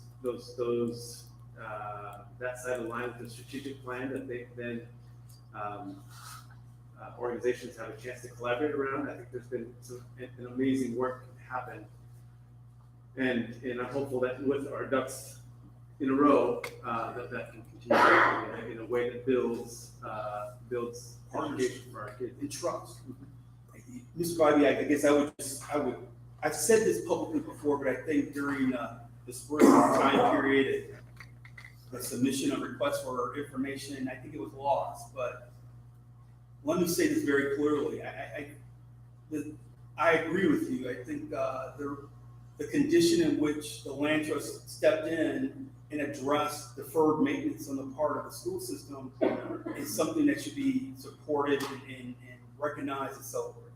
That at the end, and I'm not trying, and it's difficult for me to say being the neophyte and a newcomer here, but when you look at facilities, there was a level of deferred maintenance where we just didn't invest, and we had community members step in a vacuum and help. And so again, I understand, and I'm sensitive to the disappointment that people may have. And you're right. There's new leadership here who wants to be strategic, and candidly, that also starts with the board. Upon my arrival, you've asked for more metrics, you've asked for more measurements, you've asked for more strategic thinking, and so systems thinking. You've asked for that work, and so we're trying to just meet the needs that you've in the charge that the needs that you've identified in the charge that you've given. And if I may, I think that's the reason why we're proposing to do something with old games as soon as possible. Because when you allow facilities to sit vacant, it becomes an eyesore for the community. You drive past those facilities every day and wonder, so what are they doing with it? And so going back to that children's zone approach, but when a community and a neighborhood can say, my school district is investing in the kids here, and in the community here, and we think there's a great opportunity to partner with the county government as well, and to have some of those facilities built on that campus. It's encouraging. Dr. Meeks, I'm gonna take you back to another place. So as we look at the potential makeup for each of the schools in the end project of what you're recommending here, are we gonna be able to see demographically what those schools look like? Yes. Okay, I've got a couple questions if that's okay. Yeah, just before you answer those, ask those, I do want to hear those. In terms of the time check, we're about 8:12 now. Let's hear a couple of final questions, and you got me look forward to some more of this tomorrow. If you want to wrap up about how we roll into tomorrow, go ahead. So with regard to Westboro, I've got two questions. With regard to Westboro, and John might be able to help me with this because I couldn't put my hands on it in the binder right away. What's the total square footage of what's being planned to be constructed?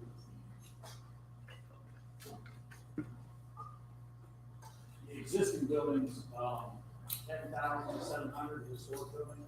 The new facility would be 27,000 square feet. Thank you.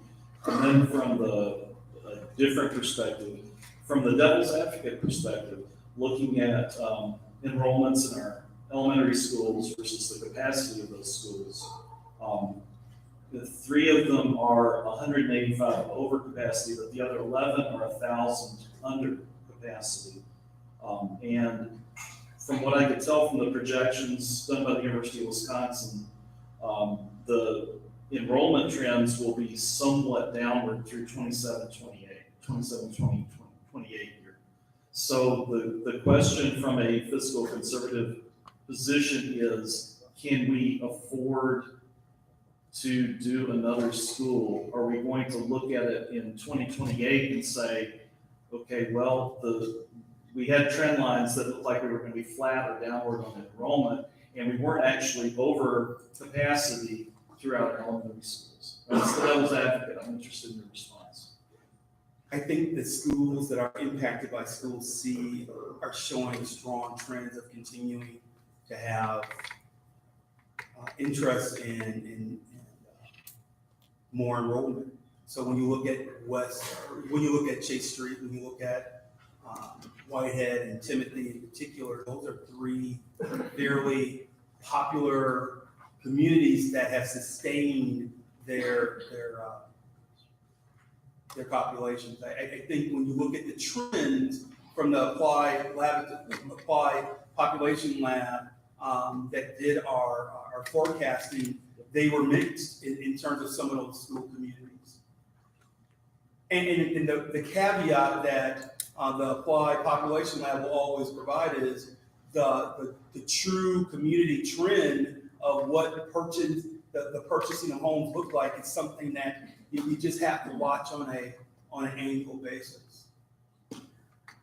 I'd like to throw Oglethorpe into that mix as well from my day job, just the desirability of that area of town, given proximity to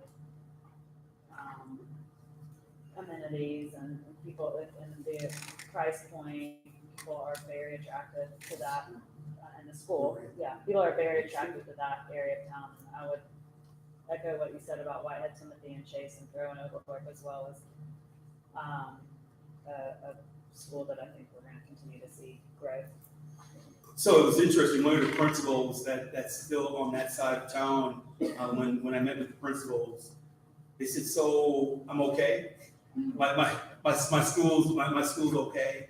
And so I think your question, the devil's advocate question, is fair from a fiscal perspective. The low population of certain schools in the district really speaks to, are we truly committed to low class size or not? and the low class size philosophy is a condition to some of those smaller schools.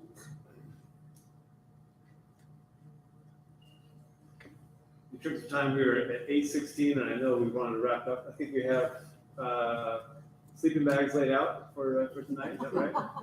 Yes, sir. Sure. We made it, again, I want to thank this team. They did the heavy lift that they deserve it. They did amazing work in the detail around many of the things that I hope people read the report there, and they all deserve a lot of credit. So when we talk about a community school model, we understand that that's going to take a lot of time.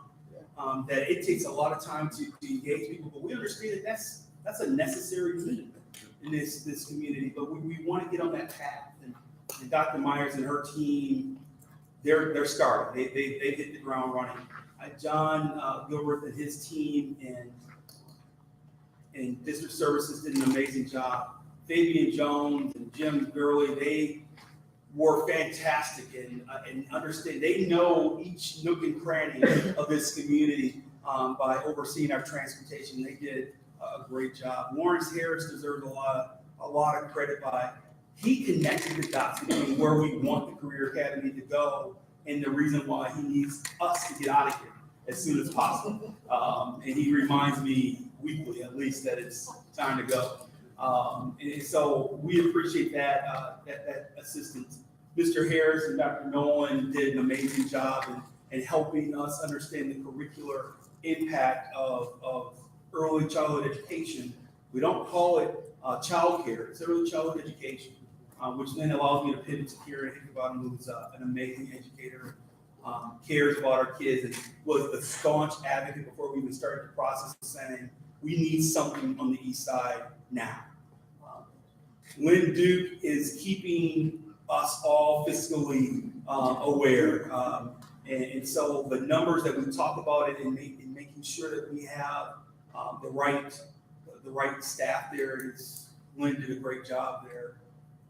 Zenona Thomas has opened a school here, and she knows this community. And so ranging from when she took me to Nellie B to a sinkhole and showed me how kids live in Nellie B, actually closer to Stroud than others, she knows what this community needs and wants, and did a great job of leading us there.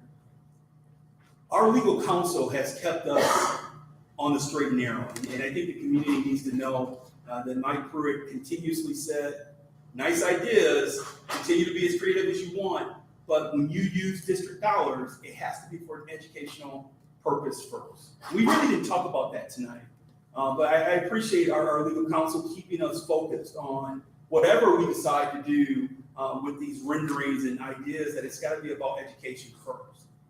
And so while we may be philosophically and morally driven by putting kids first, Attorney Pruitt made sure that it was also legally sound. And so that's our team from I believe I'm sorry, I forgot Claire. That's the name of the name people. But Claire Suggs she has the pulse of what's happening not only in the Gold Dome in Atlanta, but also in DC. She's a parent that's impacted by some of these conversations. And so from a policy standpoint, not only internally here, but also statewide and from a federal standpoint, we had insight on what is the trend with investment around early childhood education. We tried to create a win-win with this. This was not about an either or. It was I know that I don't want to sound like a broken record, but it was a yes and. So we believe that we can work with any community partner and accomplish what we want to from an educational standpoint. We believe that we can enhance what we do academically and provide better services from a community school standpoint. We're trying to meet the middle here. We also tried to meet the middle in regards to recognizing the rich history of education in Athens, Clarke County by by extending a current partnership with the Athens Industrial and High School and the Barney Harris High School Alumni Association. We're going to sit down with them immediately if you give us the green light on this project and create something very special in regards to recognizing the contributions of all people in this community around education. So we're proud of the work, but we welcome questions, and I'll conclude by saying, and we know that if the board says yes and gives us the ability to really create a transformational vision for the district, there will be ample opportunity for all stakeholders to be involved in the design of these ideas. Thank you. Thank you for that. Thank you for that. We put that email address back up again for questions if anyone in the community has them. So tomorrow morning, we are back here at 9:15, and as anyone and everyone is welcome to join us here at 9:15. And we have more time to engage in questions. We have more time to dig deeper into the specific recommendations you're making and why. And so we can get kind of next level depth tomorrow. If there are no further questions, is there a motion to adjourn? By Ms. Davis, second by Dr. Knox, all in favor? Thank you. Thank you, Dr. Lee. Yeah, your question.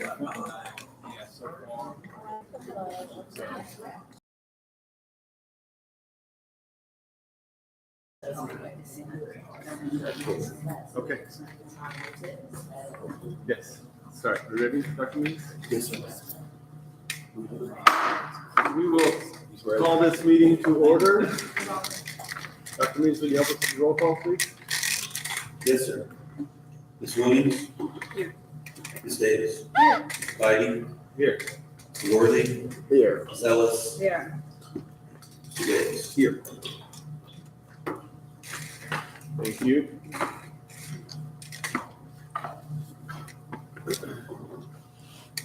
We also have an agenda for this morning's meeting. I guess this is the same agenda as we have last night, right? Yes. Right, this is our schedule here for today, and no separate agenda. Right, the agenda we adopted last night was for both days. Yes. So welcome again. Thank you all for being here. How late and how early was your staff working on some of this stuff? They've been up all night. Literally, people have been up all night attempting to answer all the questions. We received, I'm sorry. I'm sorry. We received over 40 questions between either the board and the community that we are still in the midst of finalizing and completing answers to. Well, let me speak on behalf of the board and say how much we appreciate the incredible work that not only went into the initial report, but all the effort that's been put into trying to be responsive to board concerns and community concerns and questions along the way. So thank you very much for your incredible work on all this, to everyone who's pitched in.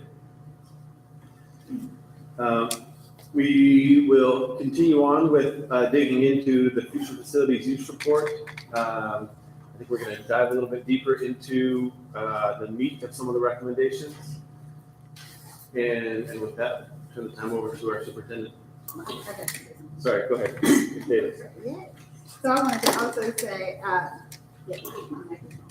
I really appreciate I sat there last night and I looked at this document and I thought about all of the hours that went into preparation for this and the thoroughness of this report.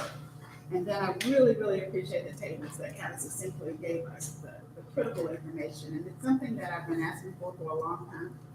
I think it really is awesome to have this foundation. So for the next 5 years, at least, we can take a look at where we are and know where we're starting. So your work is impeccable here. Thank you so much. I know we have a ton of questions, but I want you to know that I also woke up at 3 o'clock because I said, I bet you they're not done yet. So you were on my heart and in my mind. So thank you so very much for this excellent job. Thank you. Thank you, Ms. Davis. Dr. Means. We do have an incredible team, and as we talked last night and thought about some of the opportunities that we had this morning, the team wanted to just discuss and go into detail more some of the questions that came up from the board. Let me start, and I'll start a little bit. Dr. Ramirez, who's our director and coordinator for career technical and agricultural education, is here with us this evening or this morning to help us analyze some of this work a little bit more. But I'll start by saying one of the questions that came up was, what is the curricular alignment between the land trust and what we do with children from an instructional standpoint? And Dr. Ramirez, you may want to come to the microphone so people can hear you. We're still recording. But if you can give an overview of our instruction, right to the podium would be great. If you can give an overview of our instruction from a middle school and high school perspective, starting with the agricultural education component and then moving into construction. Because what I want to do is help the public and the board see if there's a nexus between what the land trust does with farming and gardening in our agricultural curriculum, and also their Young Builders program, and if we have construction in all places. So, Dr. Ramirez. Absolutely, thank you.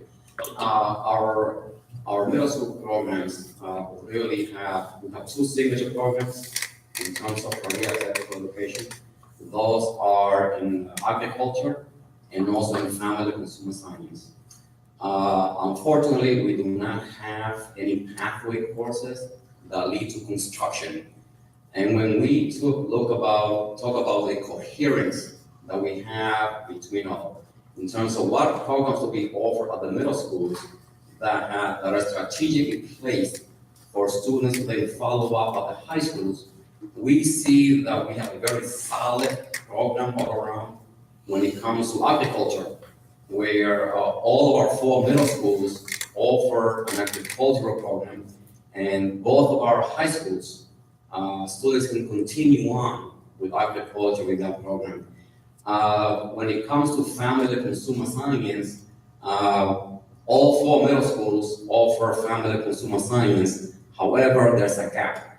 That none of our high schools offer a continuation for family consumer science, for the exception of the Career Academy that students can then take in the 10th grade. So they leave middle schools in the 8th grade. There is no opportunities for them in the 9th grade. Then they can access the Career Academy in the 10th grade in terms of the program we offer here. But we do not have a construction pathway that we can offer our students. There is a strong program component in terms of a culinary arts program here, very well connected to the community, to UGA, but there is no construction. In the terms of no construction, the masonry, carpentry, plumbing, electrical, that is not one of our pathways that we offer at this time. Thank you, Dr. Ramirez. I wanted to point out to the board and community, we heard a lot last evening and leading up to the meeting that there is this great synergy between what the Clark County School District children are receiving through programming with the Land Trust. The programming that's provided through the Land Trust is amazing, and we are very fortunate that we have this type of community where people are working with young people in unique spaces. But in the report, we are very explicit about the fact that we want to make a very clear connection to our curriculum and what we offer to children. And so what we're hearing from Dr. Ramirez is that we could strengthen the partnership with the Land Trust, and we want to. And it would be in the area of agricultural education and what the Land Trust does with gardening. They have an expertise there that could inform our very good middle school agricultural program. We also have family and consumer science that could benefit from a stronger partnership we don't have a very robust construction curriculum in our district. And so when the land trust leverages and talks about the Young Builders program, there isn't a connection to what we do from a curricular standpoint. I think it's just important for us to know that our first charge is to make sure that what we offer from a curricular standpoint is supported. And then we can have that support through outside community groups to strengthen what we do in the classroom. We always want it. We have it with agricultural education and family consumer science. There's a gap with construction. Dr. May, and also Dr. Ramirez, let me give you a bit of history because I'm sitting here listening. I moved to Athens, Florida County, went to work at Cedar Shores High School as a vocational teacher. And I'm going someplace with this. Okay. All right, come on. At that particular time, Clark Central and Cedar Shores Comprehensive High School supposed to be offering something for every kid that would walk through the door. But they began with the construction. Very strong program. And like what you said a few minutes ago, it was a construction cluster. Electrical wiring was taught in there, plumbing. Many people don't realize some of the tech schools, plumbing is something that you don't teach. It's like OJT, on-the-job training. But anyway, all of that was taught in those courses. But I retired from Cedar Shores High School in 2003, and gradually that program died on the grapevine. Now, family and consumer science. In fact, we had in the school commercial kinds of things that we had installed in those labs. That program died on the vine. Why? Students were not interested in it. You have to keep in mind that all of these career programs you're talking about, they are electives. And the reason I'm saying dying on the vine, because before we jump into something in terms of putting it out there, we need to do some type of feasibility study and see whether kids are actually interested in taking those subjects. Those programs are tremendously strong at Cedar and also Clark, affiliated with the club, VICA, Vocational Industrial Clubs of America. You start at the local level, the state level, the national level, you go all the way to the international level. And you can go back and trace that, and you'll see that we had students that actually went all the way up to the national level. You got to the international level, it was even tougher because the Germans took everything, okay? But anyway, that's what we need to do. We need to just do some type of a study now and see whether students are actually interested in doing that. You put these programs in place, you spend a lot of money, etc., then of course, it may just be all in vain. Let me say one other thing while I'm speaking here. The same thing with auto tech program. Some people think that you never had one at Clark Central, but you did. It's a long story. I think something happened over the summer. Someone stole all of the equipment. They closed them down or something, but it was not that popular. I remember on this Board of Education, presentations were being made. Superintendent, some people went down to Coweta County, I believe it was, to look at a model. And I said, now, I'm going to support this, but you look at the auto tech lab at Cedar Shores High School, if you don't upgrade it, we don't need to have a program in place where students are learning on adequate equipment. They had a diagnostic machine over there that was there when I started in '75, and it's probably still there. It's 2018. So there again, if you're going to put these programs in place, do a feasibility study. Also, before you spend all of this money to see whether people are interested, and then plus the fact you have to up-to-date equipment. Construction is not what it used to be. I worked on construction jobs with my dad, masonry, whatnot. It's not what it used to be, folks. Okay? But anyway, I just wanted to share that. Mr. Worthy, just to follow up on your statement, Dr. Ramirez has received that task from my office to analyze what we're doing with career technical in agricultural education. Board Member Williams, Greg Davis, and I went on a trip, I think it was about a week and a half ago, 2 weeks ago, to the exact location that you referenced, to Noonan, to look at how that school system and community has rallied and really created a strong career academy. What I want to say is this. Dr. Ramirez and Mr. Lawrence Harris and I have talked about that. We need to step back and make sure that we're offering robust, strong options for children in our middle schools and in our high schools. And that, I don't know what path or how we arrived where we are today, but the concept that the only way you can get into some of the trades and get some exposure to technical and agricultural education at a high level is only through the Career Academy is something that we need to reevaluate. So I only bring up the concept of we don't have a construction program right now. I just want to bring it up to say there's opportunity for us to collaborate.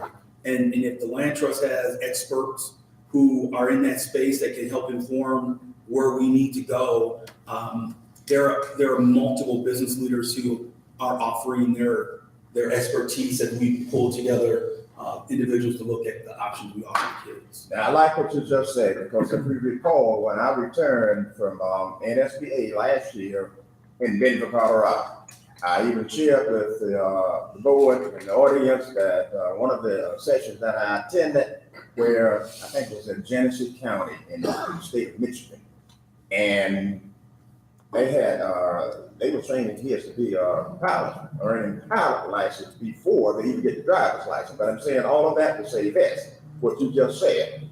They brought all the business leaders in around those particular programs where they were putting into that career academy, and they built the curriculum around what they say that this is what you all need to do. We don't need to do this from scratch because we aren't carpenters, we aren't electricians, we aren't plumbers or whatever, but you bring in the business community and then you build the curriculum around what they say before putting these programs in place.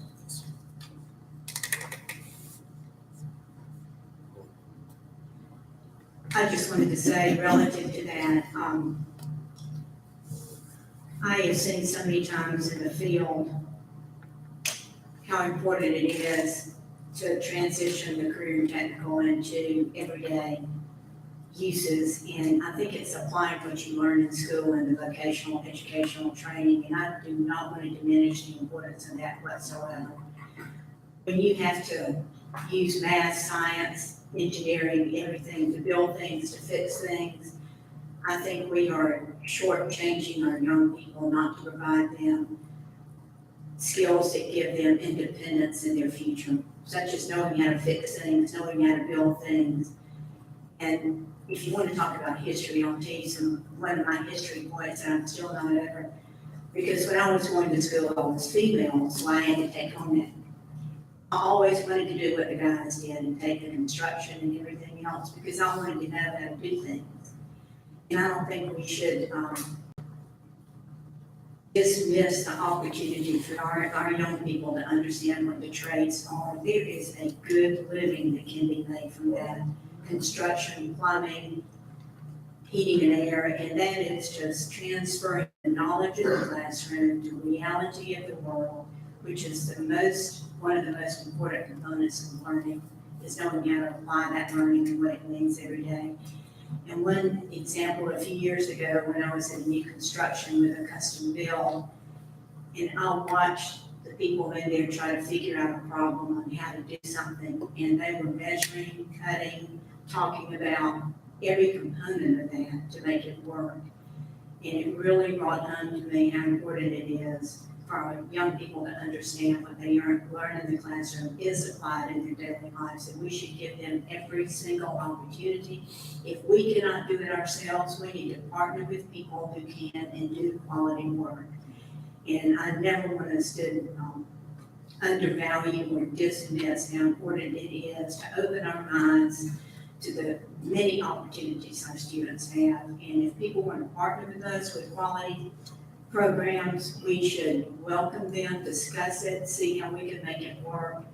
And we have a charter system now that we have the opportunity to use so much creativity in what we offer our students. We can be the best in the state, but the most important thing is to be the best we can be in Athens, Clarke County. And I hope this board will stand up for all those opportunities and not dismiss any of them, and make sure what we do for our young people is relevant, meaningful, and open to all their skill levels to improve those. Very well stated, Carol. Thank you, Ms. Williams. Theory, practical approach. Mr. Davis. First off, just, I did want to kind of follow up with what you said, Charles. Just for your information, my last year for the Clarke County School District was at Clarke Central, and I was a career technical instructor. And that led me to spend on a daily basis in the construction classroom that they had at Clarke Central. And that was the last year that was offered. And there were full classes. So those kids were left high and dry after that year. They were just closed down. So, but one thing about the land trust that I did want to kind of bring out, and it follows up on what Carol's saying, is that, when we think about the, young urban farmers or the in builders, I was going to mention both. There are other skills that come into play that I think are I don't want there to be missed either. One is entrepreneurship. I mean, I have numerous items around my house that were made by Clarke County students, and through the land trust and entrepreneurship program that they fostered, these items were produced and marketed by young urban farmers. And so I don't want that to be missed. And I think that ties in directly to what Carol was saying.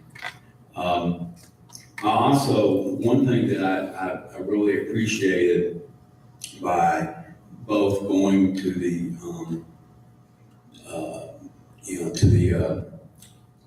West Broad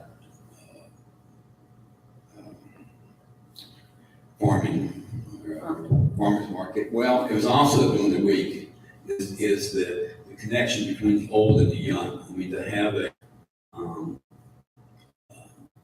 high school student working alongside a woman in her 80s doing the same project, I think has value that may not be able to translate into does that curriculum align? I mean, we don't have anything in the curriculum that says, okay, if a 17-year-old working alongside an 80-year-old is a benefit.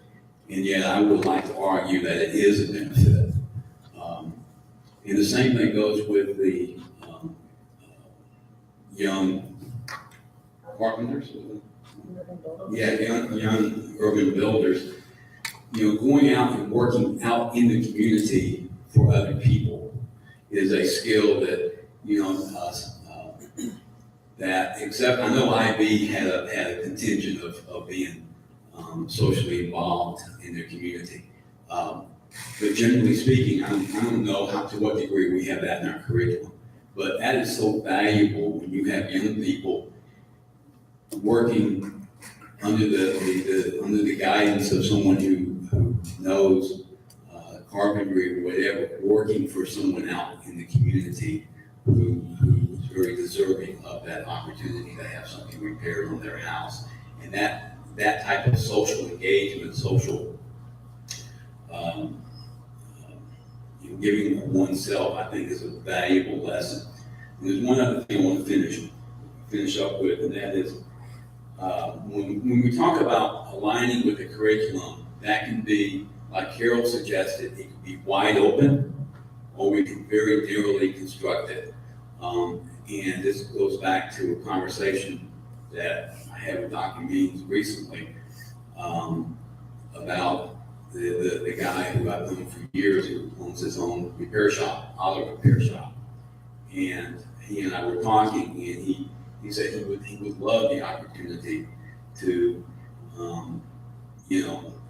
work alongside or employ a high school student, both as a trainee, and also as a potential employee, maybe after that person graduated.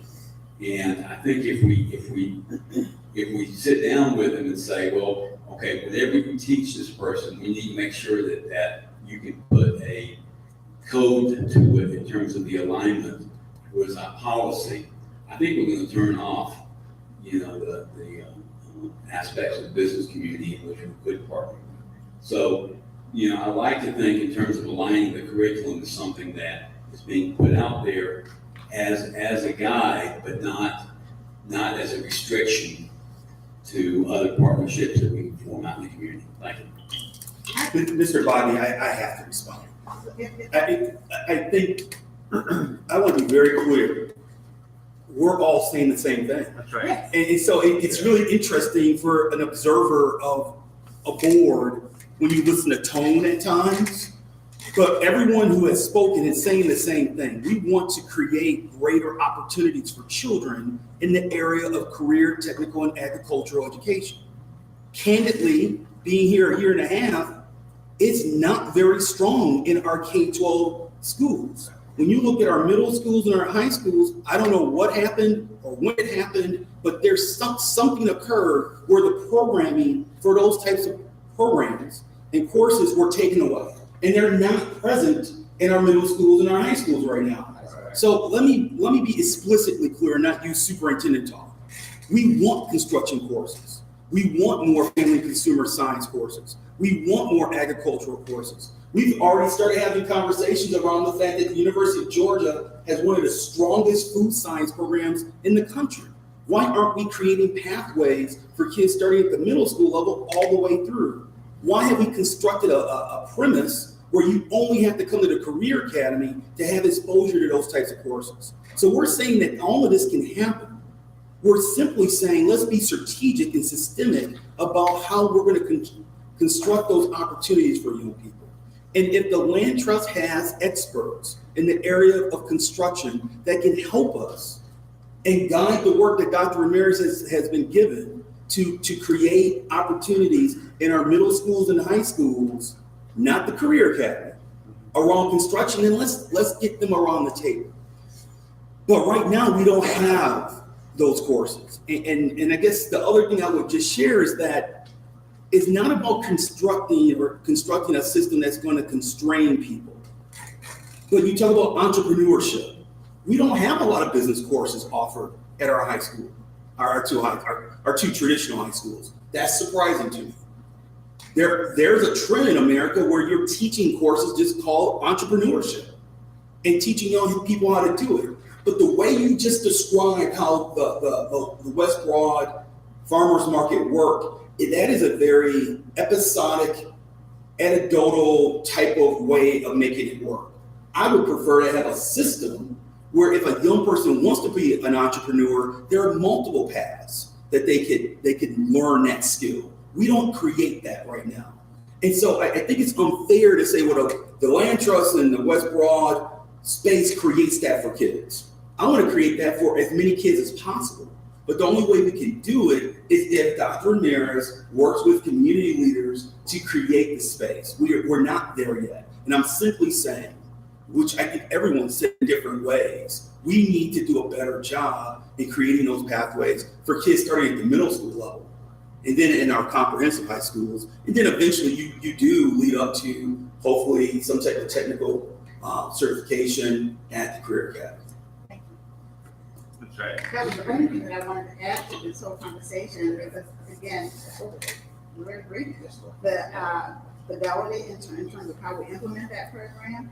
And I guess I'm just kind of tied to Athens Tech, but everything that we do needs to lead to certification some type of degree or something that a person can actually walk out into the world and use at the end of it.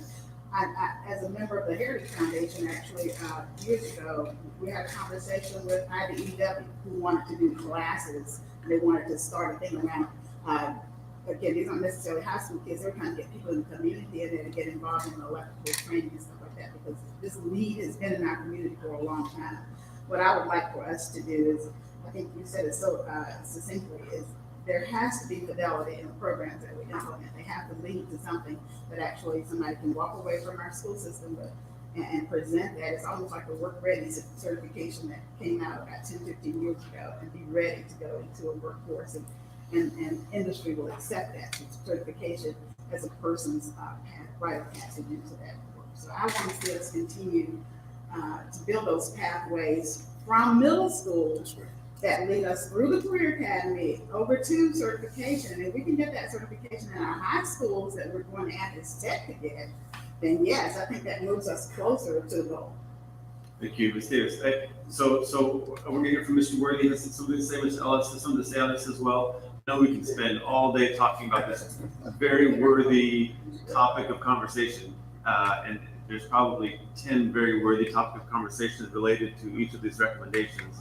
So let's hear from Mr. Worthy, from Ms. Ellis, and then we maybe move on to other recommendations so we can get through the meat of the facilities use report.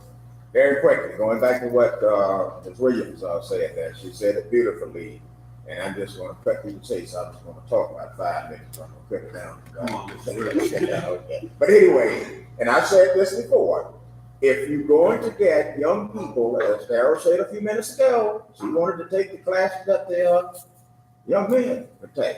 But if you're going to get young people interested in this, you're going to have to start from the bottom level. Elementary school, career awareness. You got to make them aware of these things, okay? Okay. Middle school, career exploration. That used to be a program in the state of Georgia called PEACE. Y'all heard of it? PEACE, P-E-C-E, programs of exploration, career exploration, where you actually take young people at the middle school level. Greg hit on some of this a few minutes ago. They're working next to a vet or whatever the job may have been, okay? And when you get to the high school level, you're talking about career preparation. Let me hit on that a few minutes ago. Then you turn that corner once they graduate from high school. But you got to build an interest from the bottom level.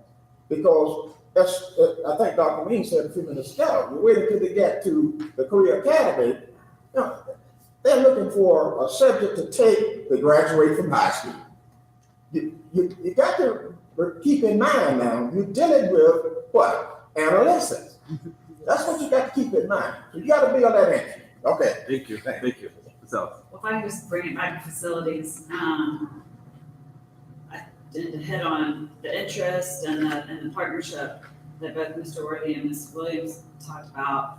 I think we do have, so I think one of the big picture items is that we do have a substantial group of kids at the high school level who are in t-shirts, interested, showing us their interest, and they're young urban builders and they're young urban farmers, and there is a huge group of them that we have to listen to, and that is a base right there. I mean, there's your interest level. We've seen them a bunch, and it's doing, the land trust is working with them, doing really beautiful things, and so if we're going to say we want to be a partner with the land trust, or we'll explore that partnership to provide those services to our kids, then I just worry about in the facilities, if you give them space at a middle school and an elementary school, I just want to make sure that there's also a conduit for our high school students to be able to arrive at such a space. The time, the transportation. Clark Middle's not so far from Clark Central, I get that. But I just want to make sure that if we're talking about providing these programs for our high school students, I want to make sure that the high school students have access to these programs, given that there wasn't a space at the high school level. And Cedar Shoals as well, it's nowhere near Clark Middle, but the program having always been near Clark Central. So just please, let's bear that in mind, that we need to make sure that we facilitate that. If we're saying we're going to provide programming for these interested kids and explore that partnership in a way that has skilled people developing skills with our young people in the community, then we just want to make sure that we don't lose it in the gap of location. And I do want to shout out real quick to our ag and family and consumer science teachers at the middle school level. I assume we have them at all middle schools. I can speak for Clark Middle School, but those teachers are doing amazing things and building amazing interest in their students in both ag sciences and family and consumer sciences. So I know that some words have been thrown around, we don't have those programs. We have those programs, and those teachers are killing it, and they are awesome. And the farming and the plants and the cooking and they are practical, real life stuff that our kids are learning at the middle school level, not at elementary, and I can't speak for how robust it gets or how much we lose at the high school level, but there are programs out there to continue it on into the high school level, and I do hope that we won't lose. Thank you, Mr. Bobby, I think on page 32 in the conclusion, so again, to tie everything everyone has said is accurate. Yes, we have agricultural courses at the middle school, but we have limited opportunities for those students who are interested in that space to continue at the high school level, and then they have some type of pathway to the career path. We did not place this in our conclusion, but we could have, which is from a facility. Now let's bring it back to facilities. We are woefully behind in terms of the type of spaces we would have to create at our high schools to provide the type of experiences we all want to create for kids in the area of career technical and agricultural education. So do we have auto shops in our, it kind of goes back to Mr. Worthy's statement a few minutes ago of, do we have those spaces available for kids? Right now we don't. The only point that we were trying to make from a report standpoint is that we have gaps, and we recognize we have gaps in what we provide from a curricular standpoint for students in the area of career technical and agricultural education. It's disjointed. It's not a flow. It's not, when I say a flow, it's not something you can start at the middle school level and truly work through where you walk out of a high school situation with a technical certification. There's immense opportunity for us to do this better and to do it well. Dr. Ramirez has the charge of bringing people around the table to make this happen, but it may, and we didn't put it in the report, but it may require the board to think about retooling the current physical environment of the high schools to make sure that we can offer the courses in the proper way and offer those courses in a way where the kids can stay on their high school campus and receive that instruction. Fantastic. Thank you.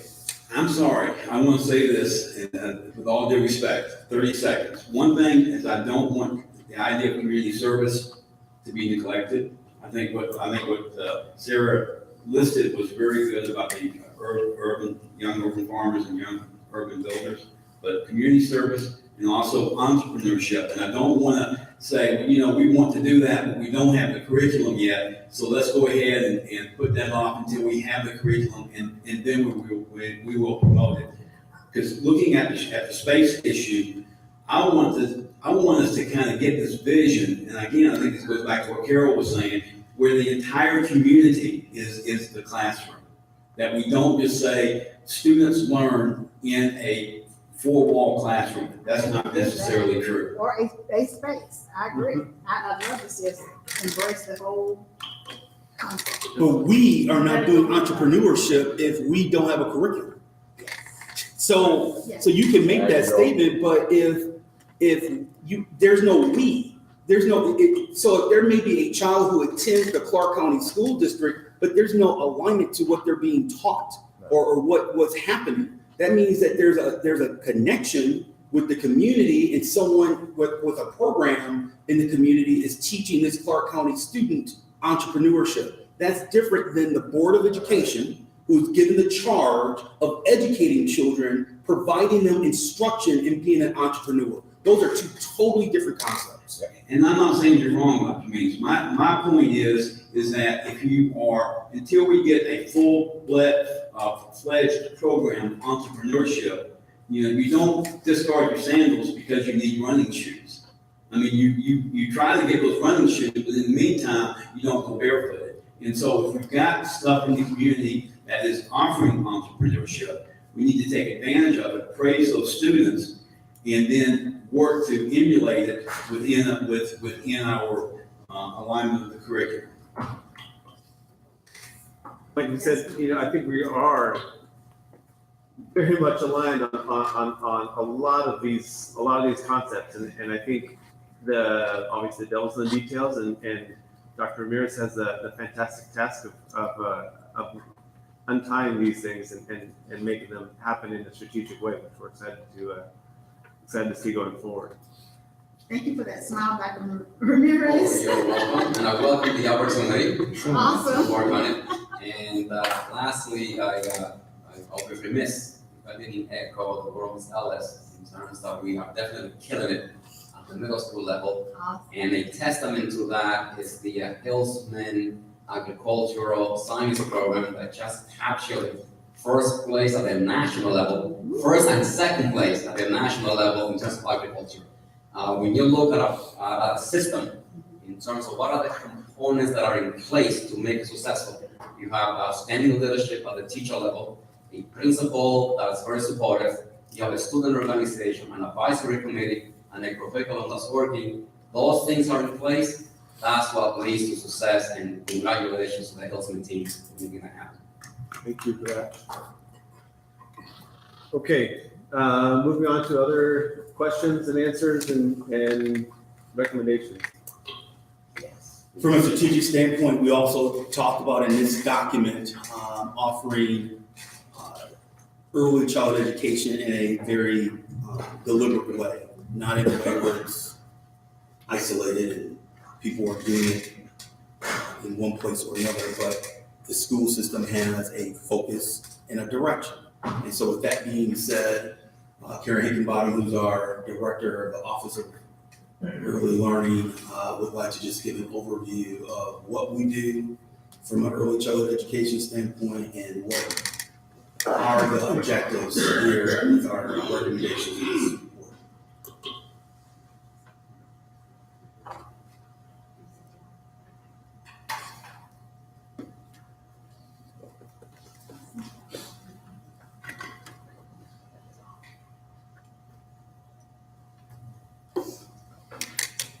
I shared with Lynn a video clip that just kind of talks a little bit about the importance, it's about 3 minutes, but talks about the importance and the difference early intervention, early learning can make. I think this gives us, as a board, you have consistently supported the Early Learning Center. We have consistently had conversations about the need to be able to serve additional children, to be able to grow, to be able to bring our services into our county and into our community, our early learning center, to be able to offer the kind of services, the birth to 5 services that we desire for our students to be able to come in and be truly school ready.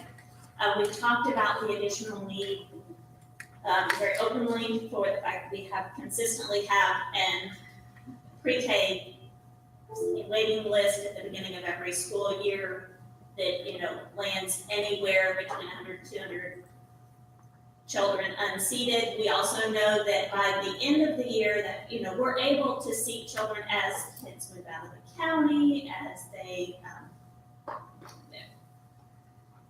withdraw from our pre-K programs, and as parents frankly find, an aunt or a grandmother or private child care, but that's not giving them the opportunity to have their first choice, which is to sign up and be a part of the Clark County School District's early learning pre-K programs. In addition, we know that with what we have to offer for our early Head Start 0 birth to 5, that the impact we can make in that birth to 5 range can help us offset and eliminate some needs that students may have later on. It's kind of front loading for all intents and purposes, and I'm not sure that's the best way to put it.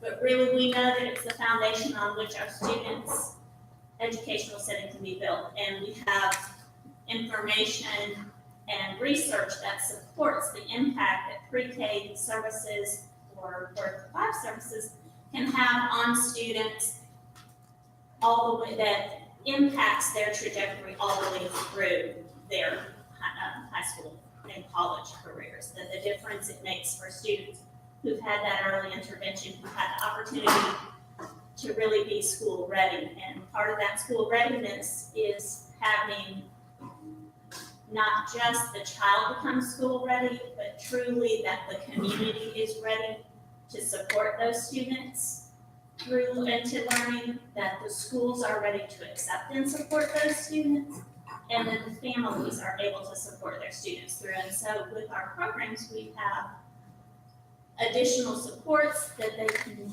begin, that students can really enter our programs ready, able, and willing to learn. This video clip,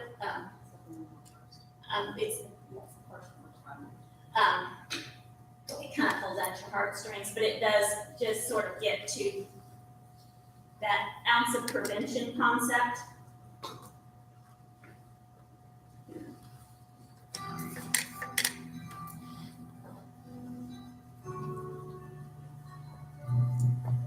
That's me at 4 months old.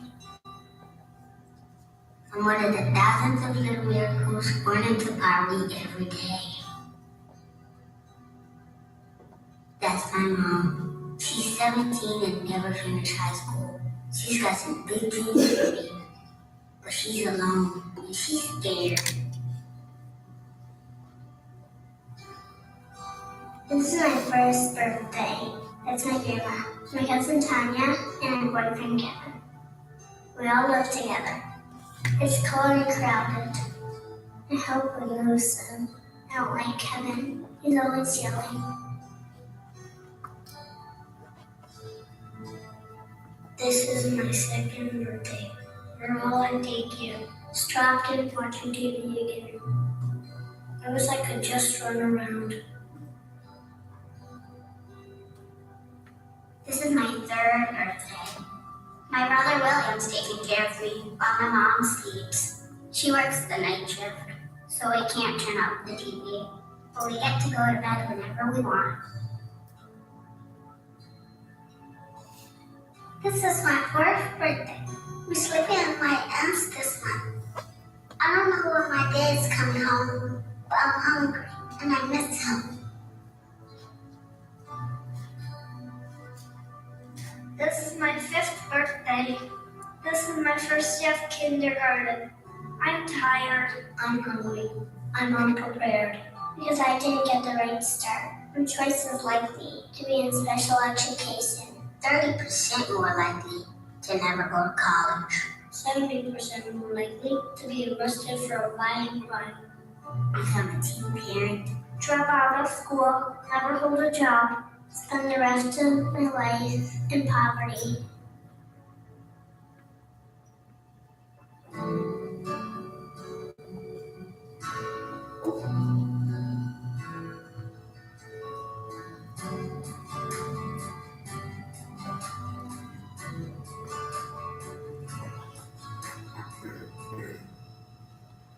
My mom plays with me all the time.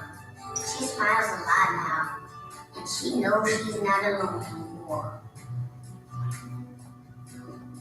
Grandma, Tanya, and Kevin read me a story every night before I go to bed.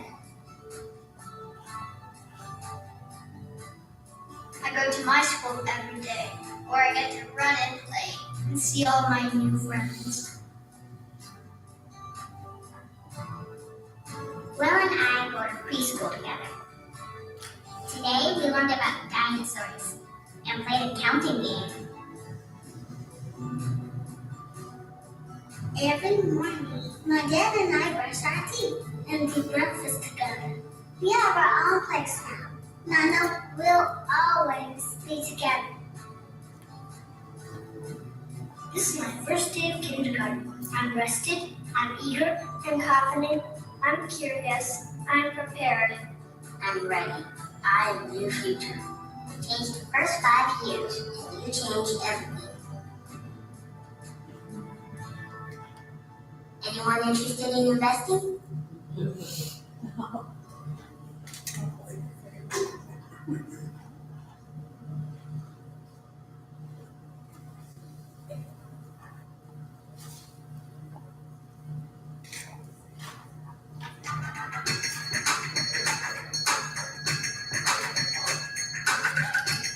What about one? Is that a small number? And the second one is just pre-K celebrating 25 years. New classes. So why not have it delivered to your doorstep? ClassesUSA.com. Teachers thousands of styles, including brands like Ray-Ban, Oakley, Action Online, and see how the brands look on your face. Online, see worship dollars, including prescription lenses, plus free shipping and returns. At Classes USA. George's voluntary pre-K program. What about one? Is that a small number? Andrea Cummings teaches pre-K at Kings Creek Elementary in Henry County.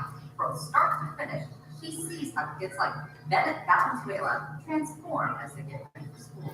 The growth is just astronomical. Sometimes the kids come in and they can't read or write or even write their names, but as the year progresses and they're learning their literacy skills, you can see them writing their names at the end of the year. George's voluntary pre-K program prepares 4-year-olds for kindergarten, and this year marks its 25th birthday. I'm proud to introduce an exciting program funded by the Georgia Lottery for Education. If Georgia is to compete in the 21st century, then all of our children must start school ready to learn. The pre-kindergarten program will do just that. Governor Zell Miller's vision became a reality, and the program launched in 1992. It now serves more than 80,000 children statewide who, right from the start, support the Department of Early Care and Learning. There's a lot of play and fun involved, but there's also a lot of learning about how do I work in school, how do I make friends, how do I listen to teachers, how is school behavior different than home behavior. Fran Valenzuela is Bennett's mom and also a teacher at 8th Street Elementary. Bennett is her third child to go through the pre-K program. We have been blessed with phenomenal teachers all 3 times. The curriculum is wonderful. It is exactly what a 4-year-old student needs. He loves his teacher. He loves coming to the school. He loves what he does every day, day in and day out in his classroom. And his teacher just loves him. He is full of energy. He loves his classmates. He is just a sweet, sweet soul. He is such a smart little boy, and he loves to learn. From math activities to writing the alphabet, the program centers around making preschool beneficial and enjoyable for kids like Bennett, his teachers, and his mom. The fun and learning is key to a child's success at that very early age. Without the fun, without the exploration, without getting your hands into things, getting messy, playing with things, without all that, they're not learning.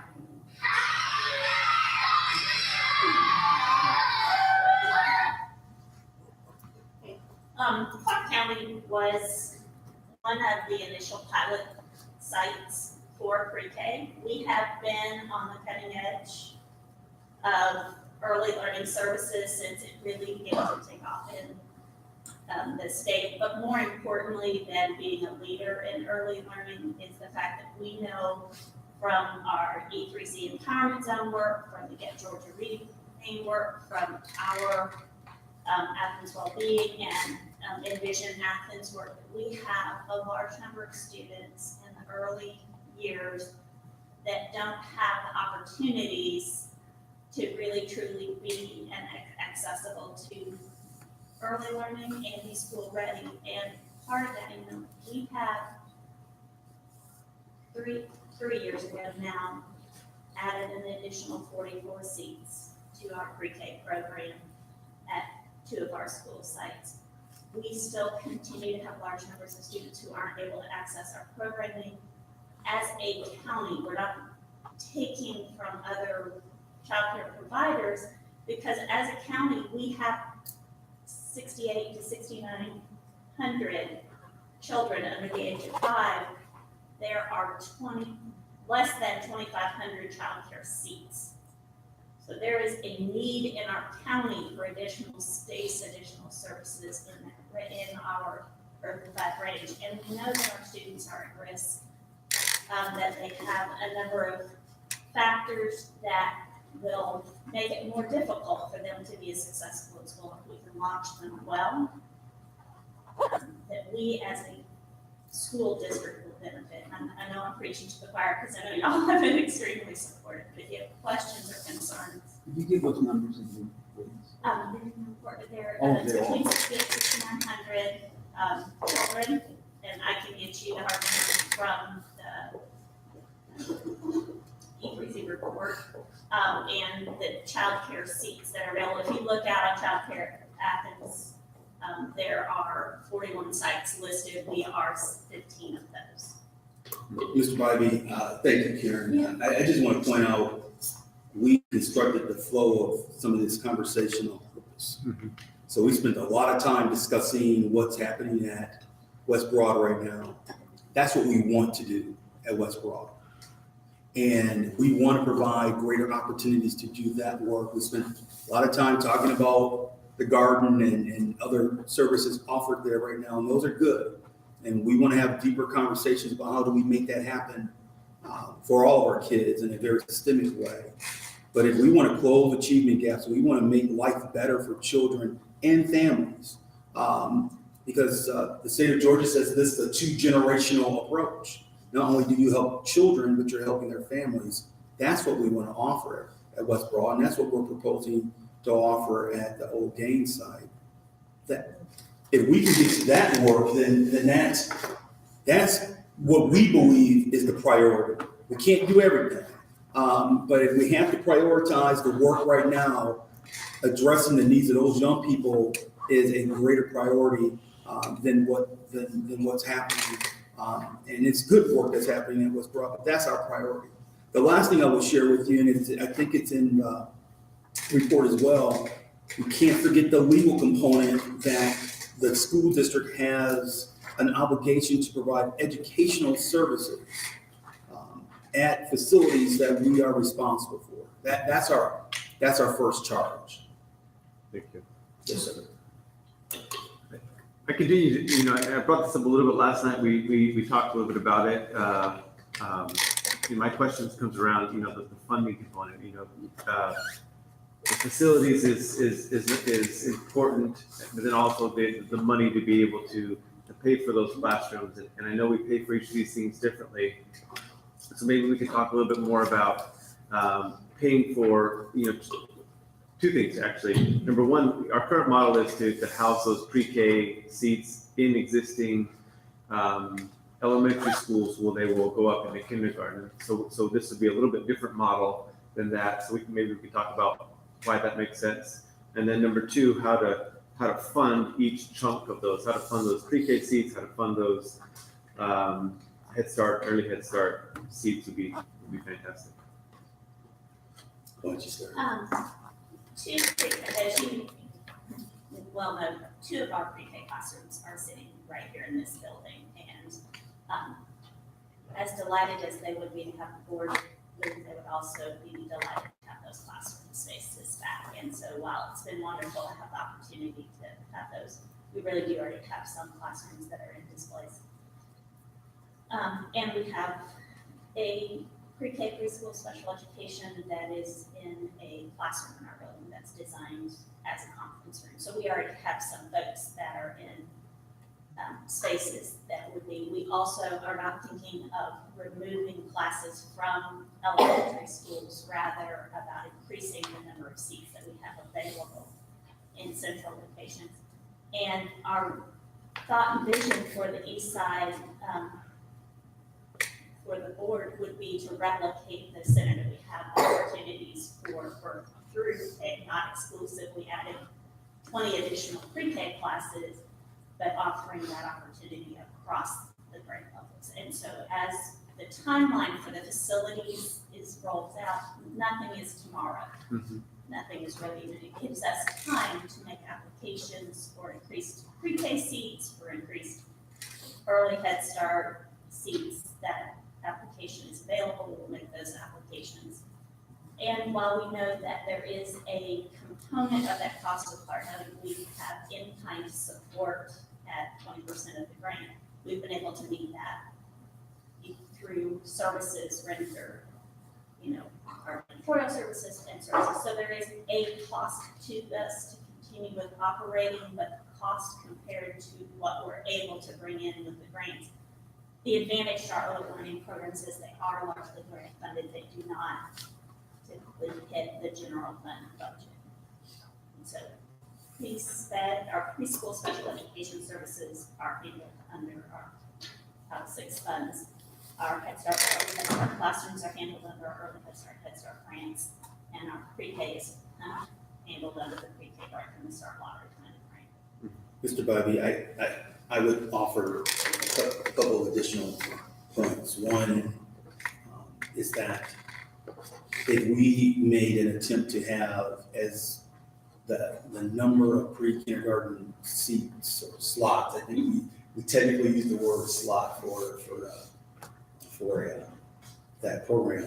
If we tried to incorporate that into our existing elementary schools, we would have massive construction projects going on at all 14 schools because we would need multiple classrooms. One of the questions that came in said, well, couldn't another method be or strategy just add on to your elementary schools? You wouldn't have to build a second or third office of early learning. That's just not feasible. So that's number one. In regards to your question is a good one in regards to funding. And you're going to hear from Dr. Myers in a few minutes about our school clinic approach.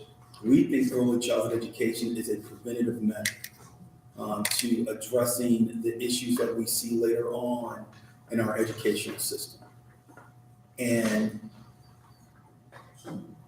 we are collectively, I'll say, our team, we're very committed to this work. Because the research shows if you invest in a birth to 5 or I like to call it a birth to school readiness approach, the things that we talk about on the back end with middle school and high school behaviors, that goes away. And we incorporated some of those seminal reports that have stood the test of time from a research standpoint in this report to share with you and the community. If we invest in early childhood education the right way, we can turn things around. And it creates, there's been a lot of talk about community schools, it creates a stronger community for the parents, the families who are caring for those children, and the children themselves. So what that means is that, what I would suggest is that even if the state at some point says, well, we can only support early childhood education, a 4-year-old kindergarten, pre-kindergarten at a certain level, we need to, as a school system, have a deeper conversation about what our values are and what we're willing to, as this, one of the first videos showed, what are we willing to invest in? That's good. I like that. And I think, yeah, we are in alignment, that early, that birth to school readiness is critical. My worst case scenario fear is we build these buildings and then don't have the money to fund them. But I hear what you're saying, because at that point we can have the conversation. Okay, what are our priorities? And how do we put our money where our mouth is and choose to pay for this on the front end or on the back end? Thank you. And 2 years ago, when we added the 2 classrooms, we would have opted for more, except that was the land space limit that we had. Those were the number of classrooms that were available for us in schools to expand to. So it wasn't that even at that time we didn't feel a need to expand further. It was that we really were landlocked to that number of classrooms. And this gives us an opportunity to have the space to be able to offer to more children. This one, yes, go ahead. You said we were landlocked? By landlocked, I mean that, you know, when we were looking at classroom spaces in schools that had long waiting lists, that we could have had opportunities for more classrooms. You're So talking, when we applied 3 years ago for the 2 additional classrooms, we would have considered applying for more classrooms if we had classroom spaces available at that time. but you're not talking about landlocked, you're talking about just availability in the building. It's two different items, correct. Okay, I just wanted to make sure. My apologies, yes, as the, Something, so our campus acreage is big enough to accommodate. as our real estate here, exactly. And can you tell me the times of early Head Start and Head Start, time of day? Is it full day? It is a full day program. And what is the full day? They begin at 7:30 and end the day at 2:30. So it's a 6 or a 7-hour day. For both of them, for all programs? Yeah, they, pre-K programs mirror the elementary schools at 6.5. And in private providers, that time is extended, right? I mean, they can have longer daycare, but we don't. Correct. We just have a 6-hour program on both of those. What is your experience been with the receptivity of the private sector and putting in additional classrooms or spaces? Or new ventures coming in to accommodate the need? So when we didn't get pushback when we increased the number of seats that we offered. And when we're offering seats in the early Head Start programming, I think it's important to note that those are income eligible programs, and therefore we're targeting parents that they're struggling with income, are typically not paying outside child care because they cannot afford to pay outside And I didn't mean their attitudes, I meant about them adding more to their. Oh, okay, I'm so sorry. I thought you were meaning like, did they think we were stepping on their business or their No. toes and nothing? No, we're not competing for the same. You had covered that previously, I was just asking about the interest in, Adding does our additional community know the need that's out there in order to respond They to it? do, you know, several of our child care providers serve, or come to our early child care monthly meetings. We talk through the needs of the county, of the community. And I know that child care providers in the area are offering what they're licensed to offer, what they're able to offer within their space. And I know that we have a board representation on, is it the early Head Start and Head Start, or is it both of those combined? And it's just those two, it's not the pre-K, it's just the early Head Start and Head Start. Correct, and that's our policy council. It beats everyone. Yes, Okay, thank you. Mr. Davis, do you have any questions? Yes, Darren, I'm still, I'm confused in terms of the role of the state. I'm for one and for universal pre-K. In fact, I'm for universal pre-K. But in terms of the pre-K program, we can get state funding from the library for every child in Clark County if we had space for. I mean, I'm just trying to figure out what makes it different from. Because we've been advocating for universal pre-K, but it sounds like we almost have it. Unfortunately, we don't almost have it. We are closer than many counties because we have, as a district, committed the school and classroom space to house the pre-K within our elementary schools, and we have all of the logistical operating around that. But that being said, we still have hundreds of kids every year that are requesting services that aren't able to get those services. And so we're not there yet. We will have to apply, and we will have to be offered that grant or awarded the grant to get additional classrooms and seats. My experience when we did it was that we could demonstrate a need, then they were, I won't say excited to fund it, but we were awarded because we could demonstrate the need and the ability to fill those classrooms. We have an advantage of having a strong reputation with our pre-K students and pre-K programming, and because of that strong reputation, when we can demonstrate a need, it helps us in our quest to be awarded the grant. But there isn't a guarantee, and so there is a point where we do say, if the lottery goes down and it's not able to fund, then wherein lies our commitment to the students. Okay, if I can have a follow-up, please. Because we're talking about, if I understand the numbers right, we've got, in terms of early learning, we have about 350 students involved. 364 and zero, in our building, Right. yes, sir. Okay. About 350 students. So about 350 students, and we're talking about more than doubling it in a very short period of time.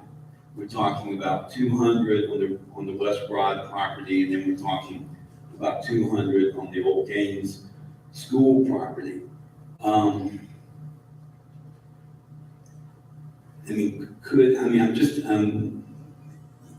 just trying to get a sense of the confidence level of the district, if, about us being able to take advantage for the benefit of our children, all that new space, because obviously it will impact us tremendously in this county.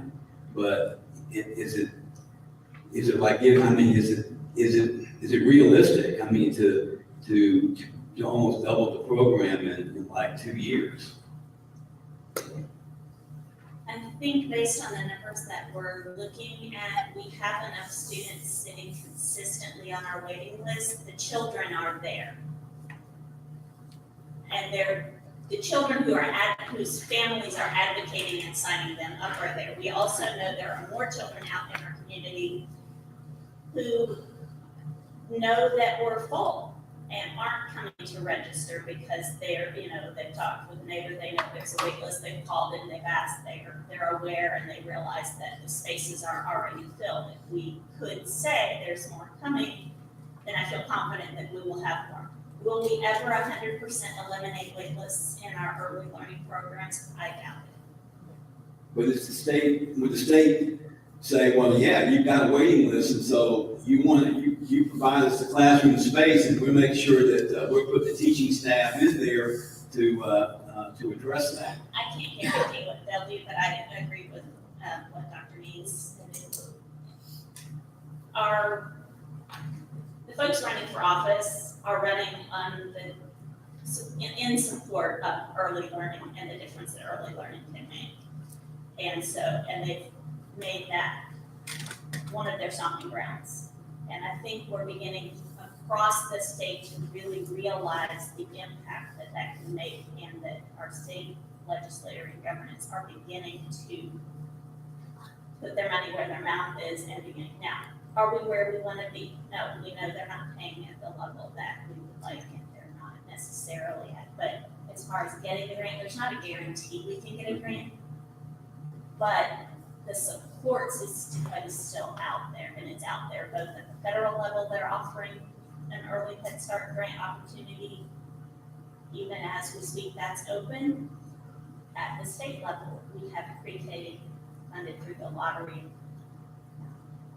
80,000 plus seats across the state. So it doesn't cover every child. And while I know that our decal pre-K right from the start folks would love to have it go to every seat, we're not there yet, but we're stair-stepping in that direction, and I feel like there is support to go in that direction. I feel confident that Clark County has the students for that.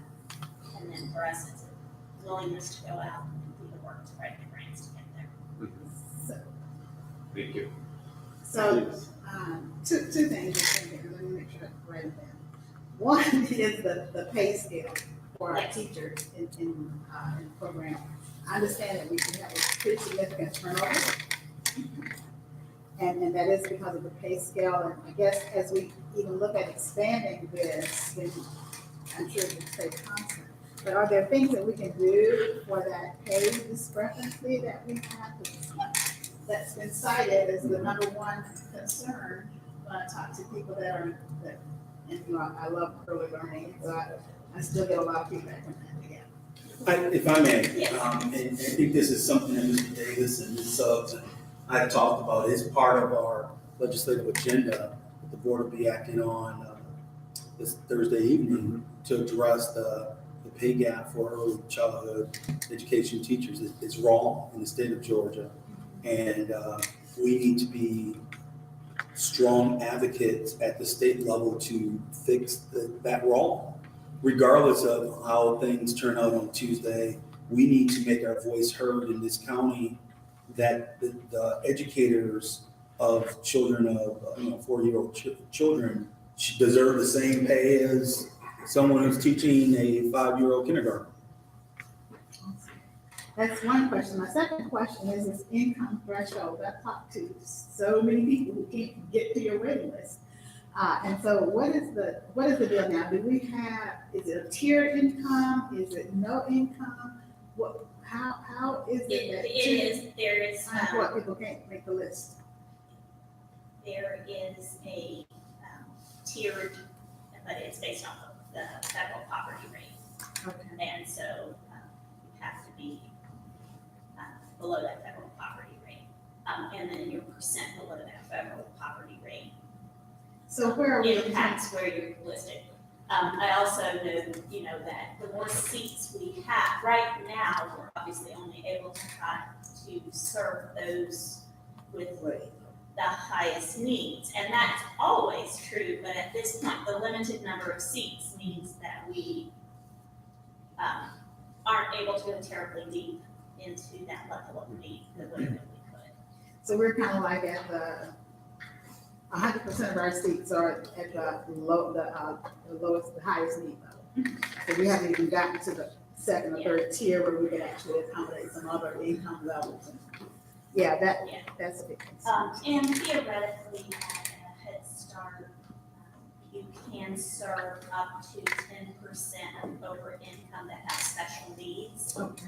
As a county, we have enough students that are within the income with special needs that we have in my tenure, I shouldn't say never because you never know what happened prior to, but during my tenure, we have always exceeded that 10% special needs population within our income limits. So we've never served out over income students in the Head Start program because of just frankly the level of need we have in our county for the service. And I feel confident that the children are there for us to serve. I think so too. I'm going to do my duty as a facilitator and do not only a time check, 10:37, and we have some ways to go. And Mr. Worthy has another question. What, I was just going to interject, I was listening to what Dr. Mead said a few minutes ago. One of the candidates, Brian Kemp, made a promise to give a $5,000 raise to raise the regular teacher salary schedule, okay? I have done a little homework on that too, and that's probably gonna happen if he wins. But according to Not advocating pre-K, campaign voting here, right? for pre-K, I don't think it's going to happen, because see, it's always iffy with pre-K because it's connected with the lottery and grants. I don't think that will happen. Well, and I think we see the nexus here between our facilities conversation and our legislative conversation. There's lots of legislative work to be done here, part of which we've started and maybe there's ways to advocate for rolling pre-K into the general QBE. There's lots of different ways we can advocate through GSBA and that platform. But I think that's but at the end of the day, I think we may be faced with the question of, are we only willing to support early childhood education if we get it on the cheap, or are we really willing to support childhood education as a matter of principle? And I think we get as many dollars as we can to support it, and then have those conversations. Mr. Biden, I have one question for Karen as well. So I think the question that was posed earlier was really a thoughtful one. So if our birth to 4-year-old programming is operated from 7:30 a.m. to 2:30 p.m., do we have the capability of offering wraparound service? It's not technically school, but are we able to then offer some level of wraparound service for those children and their families? Our pre-K students go to Alpsburg for after-school programming, and our early Head Start, we have several community childcare partners that come by, that bring their daycare vans and pick up students, as well as parents or members that come by. On site, we are not currently licensed to offer childcare. We are licensed, or we are certified to offer early learning. How difficult is it to obtain that license? That would just be a matter of us going through the set of steps. We actually meet all licensure standards as a building, but it's not a venue that we've stepped into. Just suggesting that all of these conversations are just about the lens in which you want to look at it. And so do we have an opportunity to engage deeper in this space? Yes. Just a couple things, and then I'll be quiet on this one. One is I've been keeping the board updated, but Claire Suggs and I have been engaged with a group of community leaders around looking at some level of a strive together, community impact, collective impact work.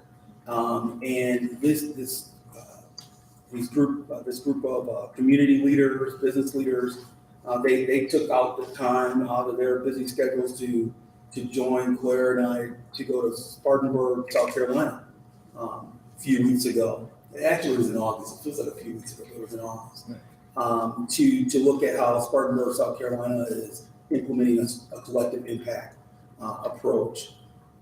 Upon going on that trip, the group said we need to focus on early childhood education.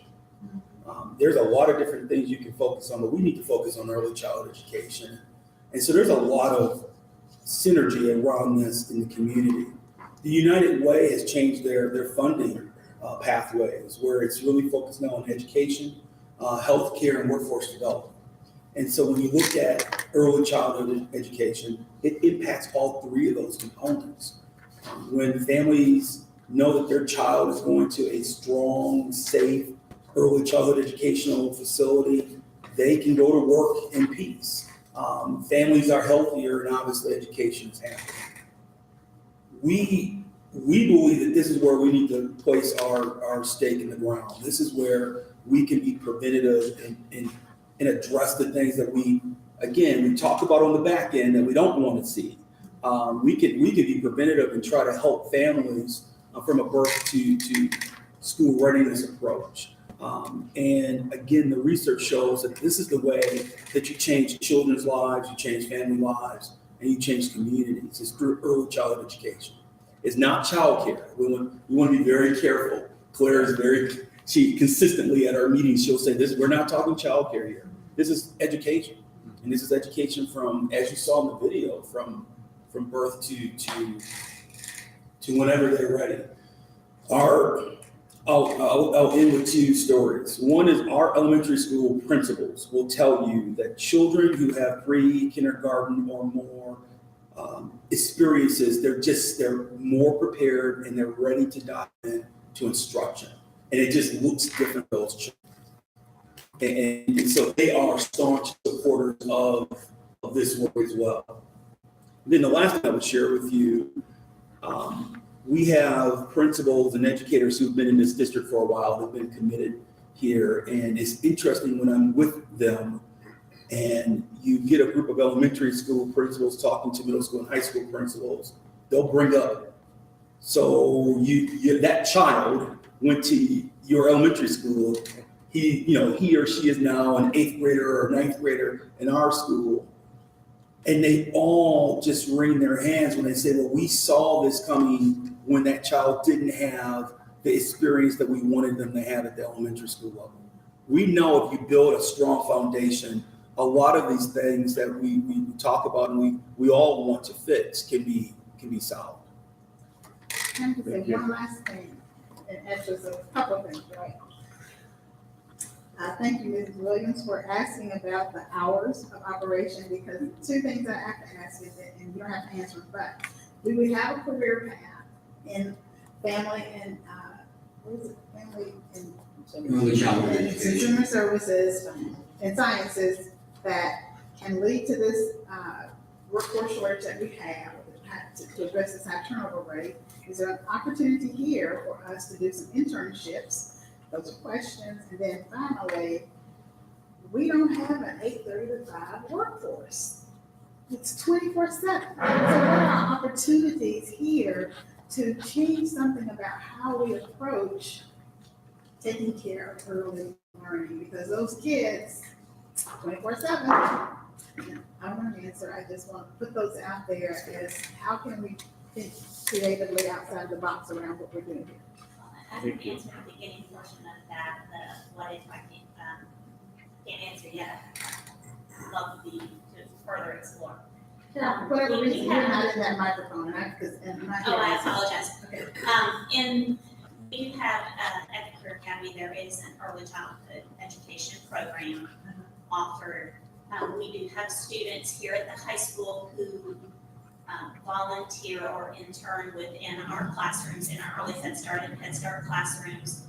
We have this year alone hired 2 former early childhood education Clark County students into working within our programs. I know there's more, but I know of 2 that I can list that happened this fall. We have students who were Clark County students who are applying and being a part of our teaching or paraprofessional source. We also have Clark County students who are serving in all levels of our classrooms. Excellent. Thank you. That makes me so happy. It makes us happy too. I want to make sure we have time to get into other topics. We've been through 2 topics this morning. Well, I mean, one thing, Jared, is that I'm afraid if we rush through it, I'm going to end up with more questions leaving here than I've got answers, and which may be a good thing. Well, this is the beginning of our conversation about all of these recommendations. Time. Okay, just real quick, Dr. Means, what my concern is, and it's the same thing that I would have with the career technical education, but let's talk about early childhood. If I was convinced that it was simply a space issue, then I would feel very, very good. I don't feel confident about the state's commitment, and I'm not just talking about one particular race. I'm talking about the whole mindset of the people who actually get together as our legislature and pass laws.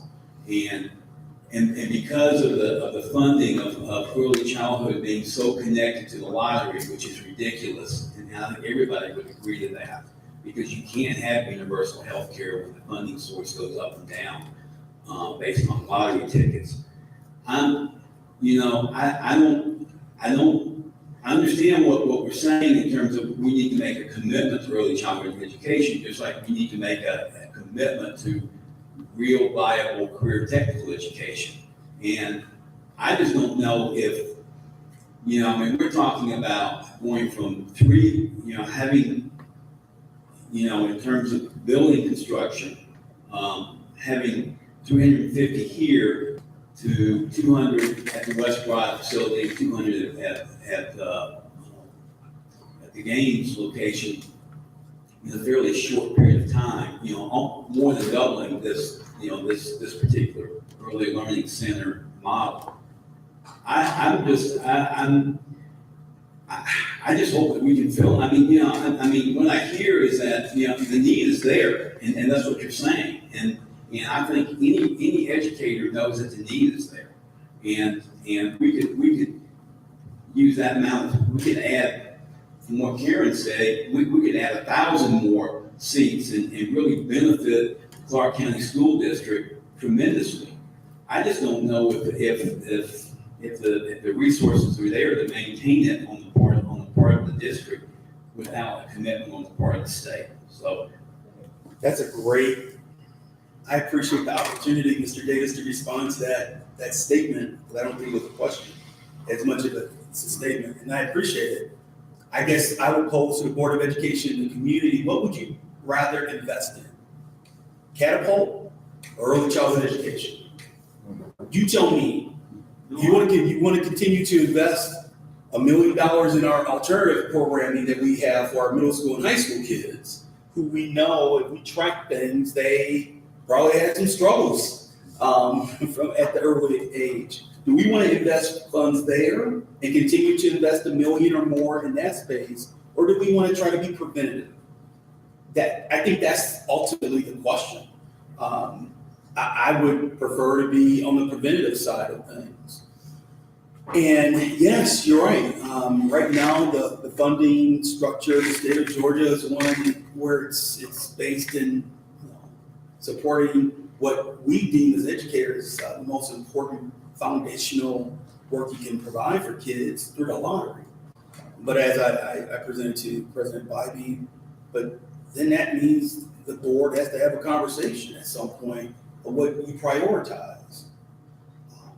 We are suggesting to you that our number one priority should be early childhood education. I think Ms. Davis's question was really insightful in asking about the economic threshold. So we haven't even hit the iceberg in terms of providing the opportunity for this work, this programming at a pre-K perspective for all families. We've just hit our most neediest children.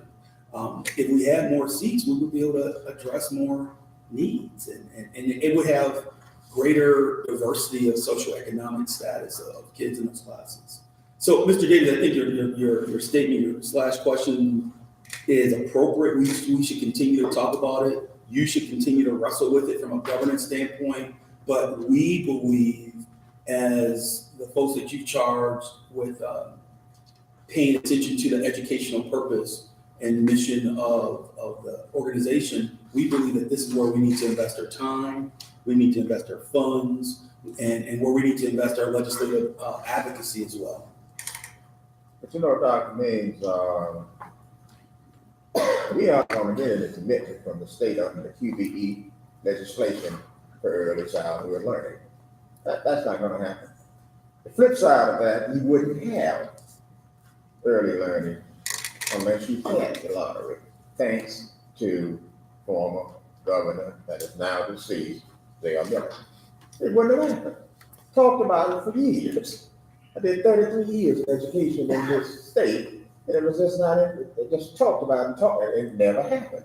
So you have to give a thumbs up to the lottery, because that's how early learning is financed, and also through grants. I think Mr. Davis's and other board members' question around what's the sustainability of funding through the lottery is a fair question that we should continue to think about. I want to be on record as saying, from my perspective, that should not stop our commitment to early childhood education if the lottery funds are no longer there. Then we need to look at other means to support this endeavor. Because if we believe that it's the foundation and bedrock of what we can do for children, if we believe that this is what prevents the challenges that we want to avoid for children, then let's put our money where our mouths are. Let's not talk the game. Let's get it in and save children's lives and make sure that this is truly a two-generational approach to work. And that even touches on, in the community oversight committee, we talked about how we build buildings, and there are ways to build where the ongoing operating costs are lower down the road. And we spent something like $3 million last year on power, on just keeping the lights on, right? And so there are ways we can be strategic, and I know John does a lot of good work in trying to be strategic to build in a way that can reduce that operating expense, freeing up money in our operating budget for other priorities like what we're talking about here. So if I may, I don't know if the board at this point wants to take a break. You've been sitting for a while. You have an opportunity in this type of workshop setting to do so. It's the adult educator in me that would say, you may need to take a break and walk away. We can start again in 10 minutes. And then we'll transition to Dr. Myers, who wants to go a little bit deeper into the school-based health clinic, what it looks like, and why we're having those conversations. But that's your call, sir. Let me ask, after, does Dr. Myers conclude she does. your portion of, okay. take 5 and come back and hear from Dr. Myers? Is that okay? Or we 5 or 10. just push on through? I'm good. Yeah, No, 5. That's the, push on through. Okay, we can just keep going. And if anybody needs a break, go Go ahead. ahead, take your own break, and that's great. Are you So, going to comment first? As we transition, because we're kind of moving into a different direction a little bit here, we set up the first 2 topics to just present to the community that we value what's happening at West Broad right now, but if we have to weigh providing early childhood education or continuing what's being provided at West Broad, we prioritize and believe that the most important issue for children in this county is early childhood education. But we're not abandoning the work that's happening at West Broad, and we want to make sure that is a more deliberate connection and partnership moving forward. That's the logic. And so for viewers or observers in the audience, that's the connection. We prioritize early childhood education significantly and very importantly here in this district. But when we talk about West Broad, you'll note in the recommendation, there's also a suggestion that we create a school-based health clinic there. And so it's just not about early childhood education at that facility. It's also about a school health-based clinic. And we talked a little bit about it last night, but Claire and Dr. Myers will dig a little bit deeper in terms of what that means. Dr. Myers? Thank you, Dr. Means. We're delighted that you had some questions about this. And, the district's leadership team has been hard at work actually laying the foundation to bring a school-based health clinic to Clark County for a couple of years now. So this is not new work, it's not a new idea. What is new is that in the past 2 to 3 months, we were happy to be awarded a $10,000 planning grant by the Emory University School of Medicine Department of Pediatrics. They saw our need and readiness in the community to move forward with this work and are going to assist us and fly beside us as we build a school-based health clinic. And then we also have a very significant gift from the community that is coming to the school district intentionally for the development and funding of a school-based health clinic. So all this is happening at the same time.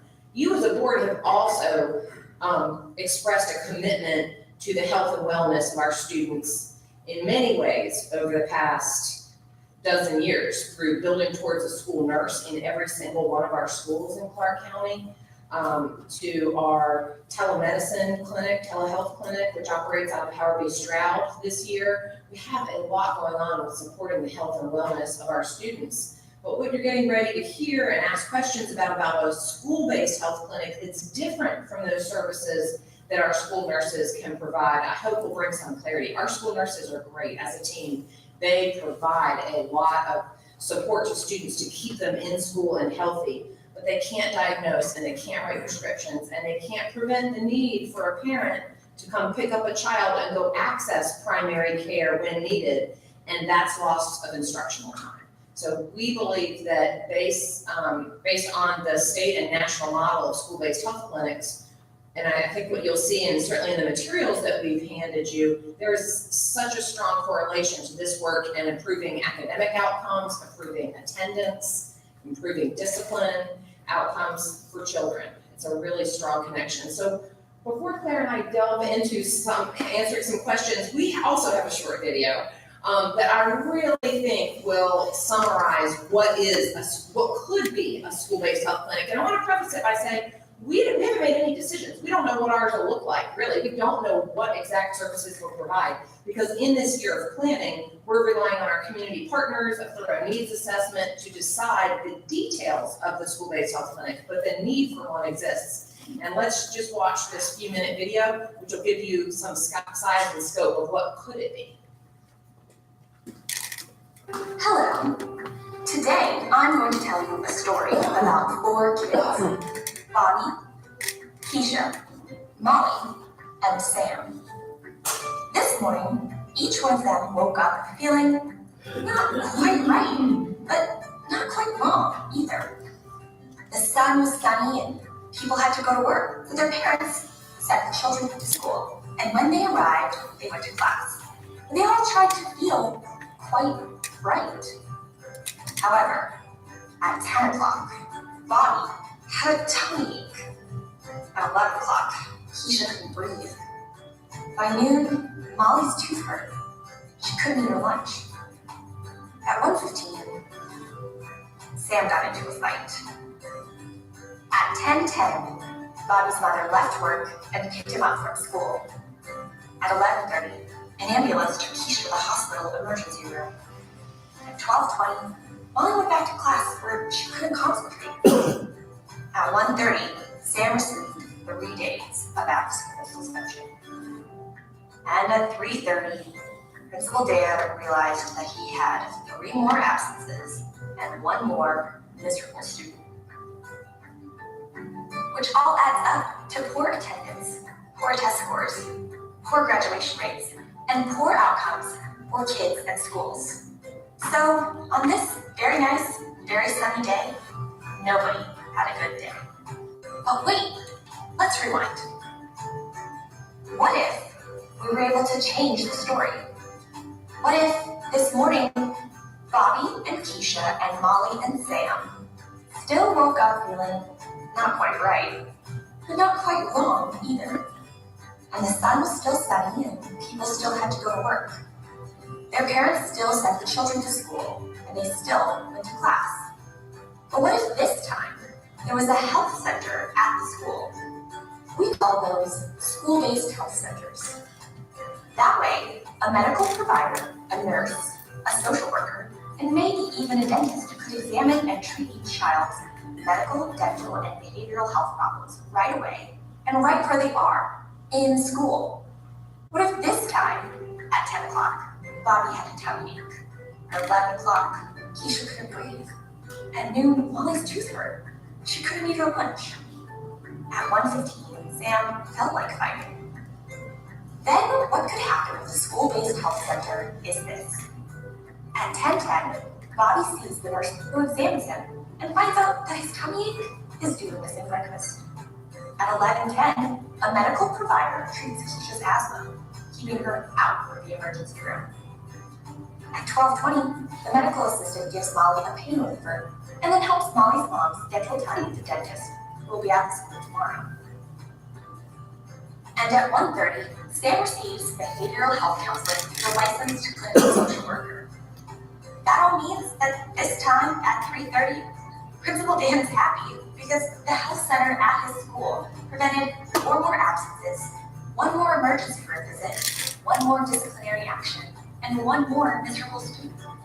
And Principal Dan is extra happy because he knows that now his school is more likely to have higher attendance, higher test scores, higher graduation rates, plus happier teachers and happier and healthier students. So this time on this very nice, very sunny day, everybody ultimately had a good day. Consider bringing a school-based health center to your school system. It's not as hard as you think.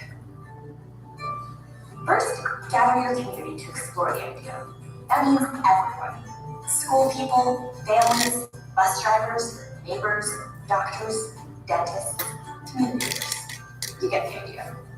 Then, once everyone has given input, the community decides what services the children in their community need.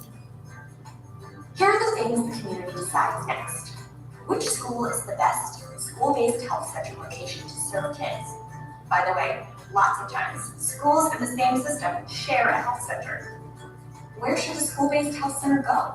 In the school? On the grounds? Or nearby? What medical provider can sponsor the school-based health center? And finally, how do we ensure the best quality services across the board? Remember, addressing every child's physical, oral, and mental health care needs means children will have better health outcomes and better school attendance. So consider adding a school-based health center to your community. Once you do, everyone can be as happy as Principal Dan. For more information and technical support, contact the Georgia School-Based Health Alliance. Here's how.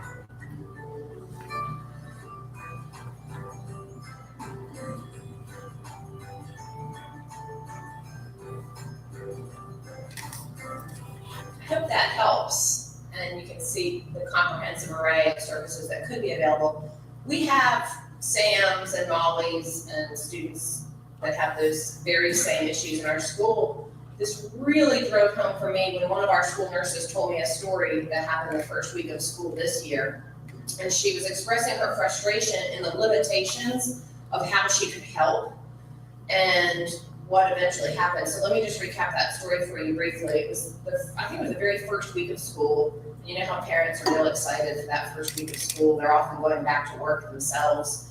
And this was a little kindergartner at one of our schools who presented to the school nurse in pain, kind of dancing around, not feeling well, saying it hurt when she went to the bathroom. She had a very low-grade fever, and lots of moms and dads can guess, and so did this school nurse, that she might have a urinary tract infection. But we had no way to treat or diagnose. The only thing that our school nurse was available to do is to call her mom and ask her to come pick her up to get her to medical treatment. Mom was really frustrated when we called. She's a good mom, she wanted to help our kid, but she was at the first week of her job. She wasn't in a job where she could miss during the first week of her job without risking losing it, and mom was really upset and expressed that displeasure to the school nurse and to the school receptionist and principal when she came to pick up her daughter. She did get her to healthcare. I believe she had to take her to the emergency room actually, so it mirrors one of these stories. She might not have had a primary care provider, just to get a urine test, just to get a simple antibiotic, just to fix the urinary tract infection. It was a simple, the child wasn't contagious.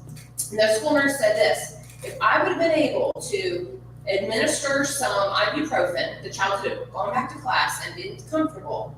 If we could have done a urinalysis, it could have been diagnosed, and we could have partnered with a pharmacy, and when mom came to pick up that child at the end of the day, the child could have been handed to mom with a prescription for an antibiotic. Mom wouldn't have missed work, child would have been, wouldn't have missed a day at school, and would have had her medical condition treated. And the school nurse just said, I wish that we had that. Well, we can have that with a school-based health clinic. And we have the need. This is included in your packet. If you scroll down a little bit, Lynn. 20% of our students in the Clark County School District have a chronic health condition. And of that 20%, 38% of them have chronic allergies, 36% are asthma, 4% of the chronic health conditions are seizures, 1% diabetes. So our school nurses are keeping up with a lot of children with chronic health conditions. They also see a ton of students in their school clinics now. 117,000 clinic visits in 17-18. And then if you scroll down a little bit more, Lynn, you can see by the numbers in elementary schools, there's an average of 19 clinic visits a day. Middle schools, those school nurses are meeting and assessing and trying to help 44 students per day in a clinic, and in the high school clinics, 31. So our kids have the chronic medical needs, the primary care medical needs, the needs that we're doing the best we can with what we have, but we really feel like we can impact in a positive way the health and academic outcomes of our students if we had the availability of medical. I mean, and here's what the other thing, and Claire talked about this, we have a community that's rich with medical providers. We're really lucky with, with the new health campus, the medical school, and we have our Athens Neighborhood Health Center, which provides Medicaid services to so many of our students. We have so many involved pediatricians. We have a very involved health department that administers immunizations. We just have at the ready a lot of medical providers who are coming to the table saying, we want to help you do this. What we don't have is facility space in existing schools to develop a school, just like Karen doesn't have room for other pre-K classes in schools. I went to our elementary, middle, and high school principals and said, I want to develop a school-based health clinic. There's just no space. But there would be space allocated at the West Broad facility, renovated, and the services, again, I can't answer questions about how would that work. Would students be transported from schools to the health clinic, or would it be a mobile service? The University of Georgia is providing mobile community health-based services. So a lot of this with a nurse practitioner, you can take on the road. You can bring your supplies to the student at the school and not require parents to come pick up children. Again, not for things that are contagious or high fevers or throwing up. We're not talking about keeping those children in school. We're talking about chronic medical managed conditions and urgent care medical conditions that if we had the ability, kids wouldn't need to miss school. And that's what makes us really excited, because just like the positive outcomes for early childhood, we know if we meet the health, physical and mental health needs of students at school, we're gonna have better outcomes. I know, Claire, do you wanna talk about some of our partnerships? Sure. This actually comes at a wonderful time, as the folks here in the district have been working on this issue for a number of years because of all of the kind of challenges that our kids face, which John has just cited. This has also been, folks in the community have also been kind of becoming aware of some of the health challenges that our kids face. I mean, in particular, while we have been on this journey and while we were working on the grant application for Emory, the United Way was in the midst of their strategic planning process. And one of the things that came out of that was they decided they really wanted to focus on healthcare, and particularly children's healthcare needs. And they were very interested in their research and coming to this, and how can they support improving health outcomes and connecting it, as you already know, they're very interested in education. How do we connect them to that? So they were very interested in a school-based health clinic. At the same time, moving on a kind of parallel track, the Piedmont Athens Regional Foundation was also very interested in how do they make a difference in healthcare and health outcomes for children in Clark County. And they were very intrigued with the idea of a school-based health clinic. And is this something that we could do here in Clark County? And of course, when they reached out to us, we said, well, yes, this is the direction that we're already moving in. And so it really was kind of this unexpected, the stars are aligning, that we have these two critical community partners who have come to the table and want to. I mean, they have made a commitment to support us. We have worked closely with United Way. And the foundation folks, they have said that they want to be a partner with us and support us in this endeavor. And so we had started to create a task force of folks who will work with us over the course of the next year. We have this planning grant. And one of the nice things is being connected to the grant and being connected to Emory, there is a well-crafted pathway. This is not new. There are real benchmarks in the planning process. And so we will work with the folks at Emory, and we're pulling together this team of community folks who will collaborate with us. We have folks at the table. We have, as Dawn said, the Athens Neighborhood Health Community. We have a health department is here. The folks from Piedmont Athens Regional, and just a variety of folks, including Advantage Behavioral Health to help us address mental health needs, and also the UGA and tapping into the resources that they have. And we had our very first meeting yesterday. We will probably expand the task force a little bit, but the enthusiasm of the folks around the table yesterday we walked out of that meeting just kind of bouncing, frankly. We were surprised at the enthusiasm that they had for this project. And we said to them, if you need to think about this, if you need to think about whether you can be part of this process over the next year, take time, make sure this is something you can do. And around the tables, we're all in. Consistently around the table, folks said, we are all in. We want this to happen for kids in Clark County.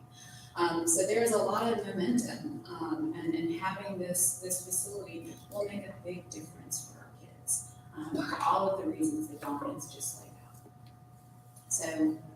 So we provided you some materials as an addendum to your binder with a new tab.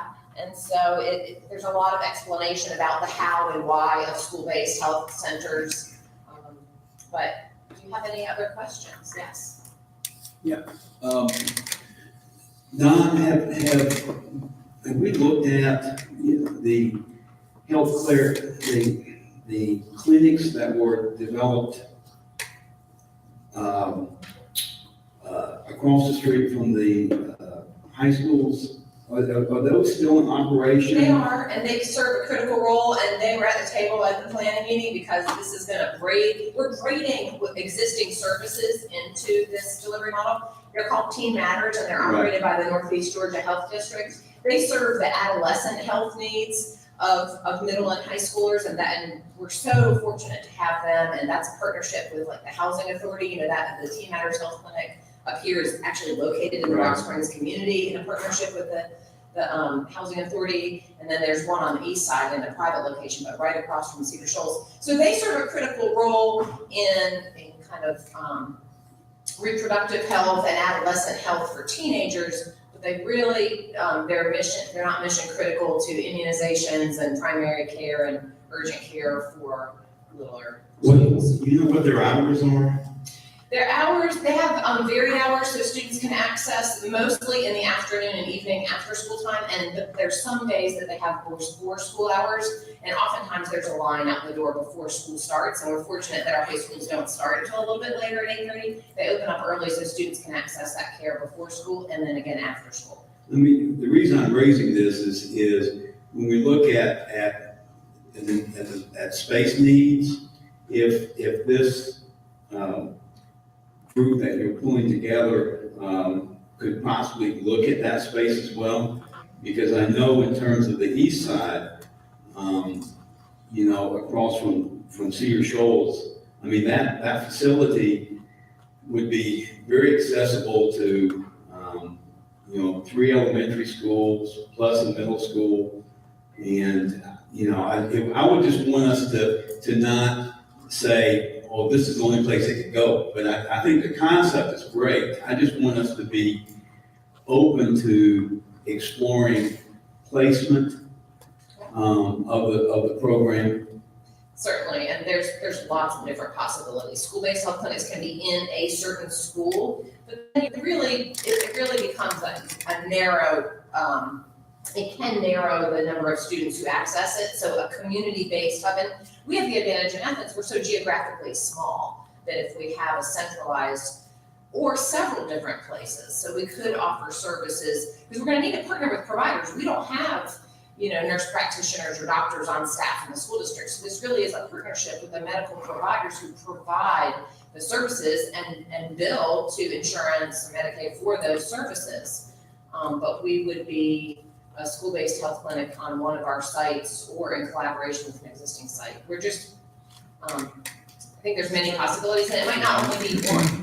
But certainly as West Broad is conceived of as a place where families go to receive, not only to enroll their children in school, but receive parenting support and healthcare, and maybe, that's where we hold some of our wraparound meetings, school discipline hearings. It becomes really a place where parents might access many different times with their children, and health could be just one of them. Following up on that, so you mentioned parents, and the video was very much school was the interface, but it sounds like you're saying it doesn't necessarily have to be just school to the interface. No, and of course, there's always parent consent for any medical treatment of children. We're never treating children without parental consent. But a school-based health clinic can be one that parents access with children, or if they're at work, provide consent and we provide the service. Some of the really comprehensive school-based health clinics offer health services for their staff as well. And, our teachers will tell you, they have a hard, it's hard for them to go to the bathroom or grab lunch during the day. To get their flu shot is equally as hard. And so when you have services available for staff, it can really help with reducing absenteeism among teachers and having healthcare accessible, especially if we had some type of mobile health clinic like UGA does, where it's going to the different schools, maybe on alternating days. There's just so many possibilities. But yes, it's not excluding parents, Mr. Robbie. I'm just trying to still grasp this idea. Is it like a site-based thing? Is it site-based, like a document box? Can be. I'm just Do you have a medical provider who provides the services, who can diagnose, treat, write prescriptions? Some school-based health clinics have a pharmacy. It can be dental care. You can have a dentist who comes in and provides. Right now we have dental care, but a big dental band that's quite frankly, a private provider accesses our campuses and, accesses our students to provide dental care. But we could have that at a school-based health clinic that's more widely accessible to all students. So it can be primary care, it can be urgent care, and it can be site-based in a clinic that's housed at a school facility. The recommendation from the Georgia Alliance is for a community our size with our number of schools that really having a centralized school-based health clinic is more advisable than having it in one particular school. That's what we're beginning to understand. So they would still have to get there. And so there might be, collaboration with transportation. We might have a bus during the day that's allocated with a LPN that rides the bus with a student with parent consent. That's the only way we can transport a student, of course, is on a school bus. So maybe there's a bus that brings students to a clinic. And I'm saying maybe, because we just really don't know yet. Or maybe there's a mobile van like EGA has that takes the provider and the supplies and goes to the school. It could be What school are you referring to? any of our schools. Students No, in I'm any of our talking schools. about UGA. Where is the bus going? Into the community. Right now, they provide community-based health services. Out of the health campus, health sciences campus, not the health center, but No, sorry, right, the health campus. And they also have a site base too, don't they? Don't they have a little clinic? Communities. And they're so excited. I mean, they're saying, look, we need you as much as you need us. Our medical students need to see real life children. They'll tell you, doctors go into practice as pediatricians and have never seen ringworm. They need to come and see and help treat students, real live patients, and have that opportunity. But could we cooperate with them on their campus now, at their clinic? What is stopping us from doing that? Well, we haven't. All of these are the questions that we were going to be sorting through over the course of the next year with the planning grant. Developing a business plan, doing the needs assessment, and really carefully, and the needs assessment will also include the asset mapping. And that's what was so excited. The physician we had from UGA yesterday was so enthusiastic and was so say, let's look at this and let's look at this, the different things that they already have in place and seeing where we can find connections. So as we move forward, we will be looking at all of that. Would they be solely devoted to the Clark County School District, or are they open to the public as well? Well, their existing van, they're serving Highway communities here in Clark County, but they've also now moved into one of our neighboring counties. So, but they're, again, this is all, our focus would be foremost on our own students, but these are the types of nitty-gritty questions. So if we open one of these, we expect people to be there, what hours? And will they be our employees, or how would they get reimbursed for their services? Well, they bill insurance, so you have a medical provider who's the partner, who is the medical provider. But not our employees? No. But our employees might, our school nurses certainly would provide referrals. Our employees we might have, for example, a social worker who helps case manage the medical needs of a student family. Many times, a school nurse will call home about a medical need of a student and find the insurance has lapsed. And so a child with strep throat, with symptoms of strep throat, might go home, and the recommendation from the school nurse is you need to go see your pediatrician and swab the back of the student's throat and see if they have strep throat and get on the antibiotic. But if that family doesn't have insurance or it's lapsed, they miss 3 or 4 days until the fever goes high enough and they end up in the emergency room. And that's what we're trying to prevent. We're trying to have access to primary and urgent care for our students so that we bounce them back into class as quickly as possible. And we couldn't do this with a single source urgent care provider that's 24 hours a day, correct? Well, we have those right now in our community, and it's up to parents to access them. It's up to parents, and there's the insurance issue. And one of the things that when the Athens Wellbeing Project did the survey, one of the things they found was that even when our families do have insurance, frequently the insurance isn't accepted. They can't find a provider who will treat them. The other challenge that many of our families face is transportation. They can't get children to providers. And so this is a way where we can do that. And without parents having to leave work, we can provide, when a child's not contagious and doesn't need to go home but has a medical need. The other thing that I don't know that a lot of people know, Medicaid, if you don't have a car and your child's on Medicaid, you can access Medicaid transportation and set it up and have the Medicaid van pick you up and your child in the morning to take you to a 10:30 doctor appointment for your child. And this is, I think it's a state Medicaid or federal Medicaid rule, and it makes no sense to me, but their regulations are the van can only bring you from your home to the doctor and back to your home. For a family that has a car, if my child needed to go to the doctor at 10:30, I'd pick them up from school, I'd bring them to the doctor, and I'd bring them right back to school. If they had a, dental appointment or whatever. For families that need to access Medicaid transportation, that's a whole day of school missed. Because their only access to transportation to that appointment brings them back home and doesn't allow the child to get to school because the school bus already ran that morning, if that makes sense. So there's some really inherent barriers even to some of the systems and the federal Medicaid rules that prevent families who do access healthcare for their children, they still miss too much school.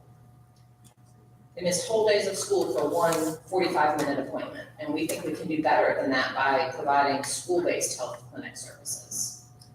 So I'm excited about the planning grant. And so give me an idea what that timeline looks like before this wonderful group that's all enthusiastic, thinking that they're gonna get access to school system dollars. So what does it look like going down the road in terms of a timeline for that group that you have convened to come out with a recommendation? So on your planning grant, there's no school system dollars that have been committed other than our time in the planning. Yeah, everybody that comes to us expects dollars, so I believe that in my head. So, go ahead. Okay. But it's a one-year planning grant, and so we're anticipating a very solid plan to open, maybe not the permanent physical location, depending on facility space and renovations and all of that, but certainly to begin offering services by fall of 19. And I imagine at the end of that planning grant, you're gonna have a much better sense of square footage and how it's gonna work and probably even, I don't know, the array of locations that are possible, which ones make sense for better and for worse. And that was, part of my question is, with all that sort of front-end work to do, how confident are we that this is a good location to plan on? And I know we're not breaking ground today, obviously, on doing this at this site, but do you have a sense of when you will speak confidence that what is planned makes sense for this particular part of our county? I would say probably 6 months in, we're gonna have, I don't have the timeline in front of me with all the bench, we have a very elaborate timeline, but I would say 6 months in, we would know that. I mean, I really feel like the West Broad property is a very central location. It's within, I would say, 1.5 miles from Chase, Clark Central, Alps Park Middle. It's early learning, and we have access to all the early learning. Yeah. And Omathorpe, yeah, I mean, it's really as central a location as we can get. And the hospitals, yeah, I mean, but it's just a starting point, and like I said, there's no space in existing schools. You can't do a school-based health clinic out of, I don't know if you've been, next time you're in one of our schools, ask to see the nurses clinic. While we're very glad to have them, and we're really glad to have a nurse in each school, they're operating out of very small spaces. There's not exam rooms, there's not, the ability to provide dental care, all of these services that we think would be really critical. We just simply don't have space in our existing schools to do that. Is there any conversation about an east side possibility as well? I mean, because obviously all we talked about is here, yes. We're being conservative and prudent, Yes. but that model of the old Gaines site, ideally, if there's more funding, if there's more possibilities of a public-private partnership, we would look at this same model on that campus as well. We just don't want to oversell anything and overcommit. We know that we have a partner right now for the West Broad facility, and we would continue to work very hard to develop a partnership for the east side as well. And let me say, these are self-sustaining clinics. The doctors and the medical providers, they bill and get reimbursed at 100%, the same exact fee that they get if a student appears in their doctor's office or clinic. And there's a guaranteed there's not a no-show. The kids are at school. And so it really is, so as we look at people who are willing to partner, even we have one of our pediatric allergists who's interested in partnering, and we thought anyone who's done allergy shots with a child where it starts as twice-a-week appointments and then after 6 months goes to once a week and then every 2 weeks and every month, what if we could provide those allergy shots, which again, it's nothing that the child needs to stay home for or miss a whole day of school. It's maintenance, it's chronic medical condition maintenance, and right now, even with the resources we have set up, it forces families and students that are under-resourced into missing too much school. Sure. And we feel like we can do better than that. Yes, great. Yeah, I'm still bothered by, I feel like we're putting the cart before the horse. And, I understand the enthusiasm about a brand new space and my God, we can do whatever we want to in this space. I'm just concerned that we're kind of rushing to judgment without looking at other facilities. It seems like that when we talk about locating such a facility, a physical location, we're saying, well, we either have to build something or we have to put it in schools, but we know we don't have room for schools, so we don't have a choice. And again, I just want to point out that we do have these clinics across from the high school to explore. And then in what Carol was saying, there are other opportunities, other spaces out there, other healthcare facilities out there that I just feel like that we're trying to kind of do a Cinderella where we're gonna, stepsister, where you kind of cut your toes off just to make sure that it fits that with the shoe, because I think we need to explore this, but the way that we're exploring this is within the context of building a new facility. It's not, I'm just troubled by that. But So a school-based health clinic, by definition, it has to be in a school facility, either a centralized facility or one of our schools. Otherwise, it's not a school-based health clinic. Then it's a community health clinic, and we have community health clinics like Athens. So it is a little bit of a definition. It has to be. And I would just say, this is actually, Right. we had a conversation, we met with Mr. Emery last week. And I asked this question about, and I asked the question about having a community clinic, and they actually cautioned us about doing that. And they said that frequently what they see is that it then becomes really focused on serving the whole community. And the needs of kids kind of often get overlooked. It's no longer the central focus. So it's not that it's impossible, but they told us to be very cautious about going down that route. what is across the street from, is that the community center? It's Teen Matters. It's Teen Matters. it's run by the Northeast Georgia Health District. Okay, but that's not, so. It's not our site, it's not our. It's limited in scope from what the health department provides. So the health department doesn't provide primary care. And it's very limited in adolescent reproductive health care. Okay, that's the program now. But it is a space to be considered, is all I'm saying. That's not our space. Or our services. It's not a school-based site, it's just a site that's in proximity of our school. I can tell you, this is wonderful. Having been a high school principal, 1,700 kids coming in today, you can imagine the type of illness, et cetera. And you mentioned parental consent a few minutes ago. Very powerful, because if you don't have that in place, now you can't even give a child an aspirin. You just think about it. What these principals and teachers have to deal with every day. Kids getting sick, vomiting. In the video, what you all explained, this is wonderful. School-based health care. I love it. These clinics you're talking about, Mr. Davis, that's not going to work. We don't open that. And parents probably not going to go for that. Well, and I also heard, there's still work to be done. There's a minimum of 6 months of really digging into the weeds to address some of the concerns that have been raised, and that in 6 months or so, people, it sounds like we'll have a much better sense of size and scope and location and what makes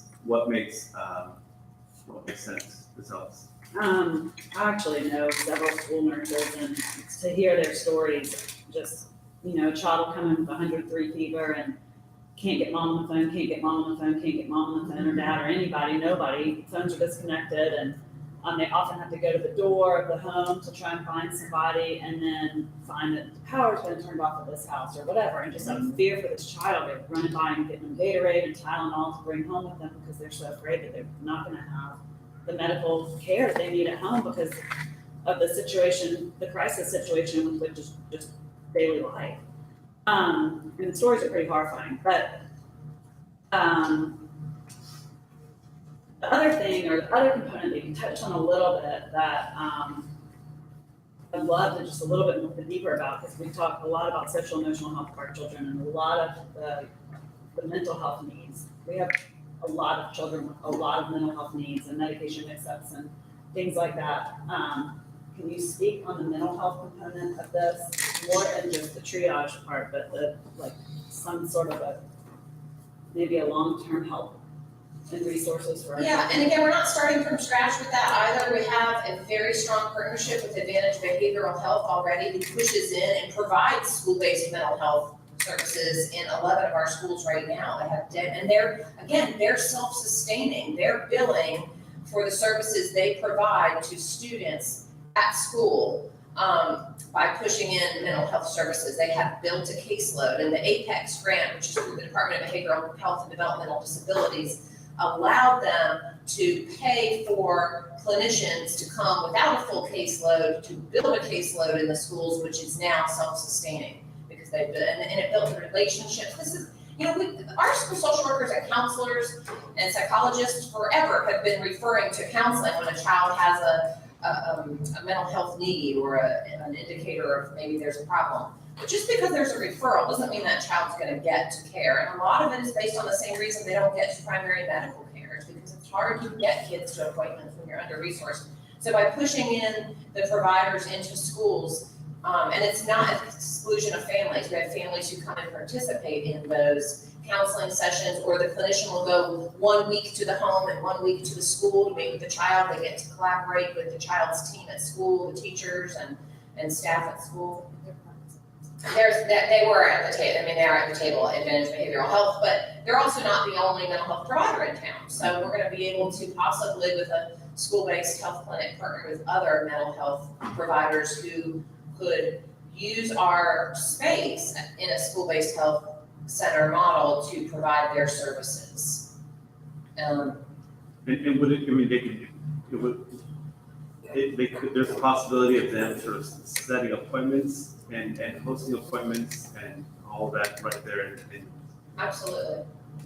Absolutely. I hope that answers Ms. Ellis. I mean, there's existing partnerships. That's certainly a critical component. As you saw in the video, it ties really into our strategic planning around equity and disproportionality of discipline. If a student is having a behavioral health challenge and ends up in a fight, suspending them at home for 3 days doesn't help solve the problem, but pushing in resources to that student at school really does help to build their skills around social emotional issues. Are there other models? Are there models of school-based health clinics that have been explored, and where are they, and what is? So Claire got to go on a site visit to one last week. Yeah, and we'll be doing, that's part of this planning process.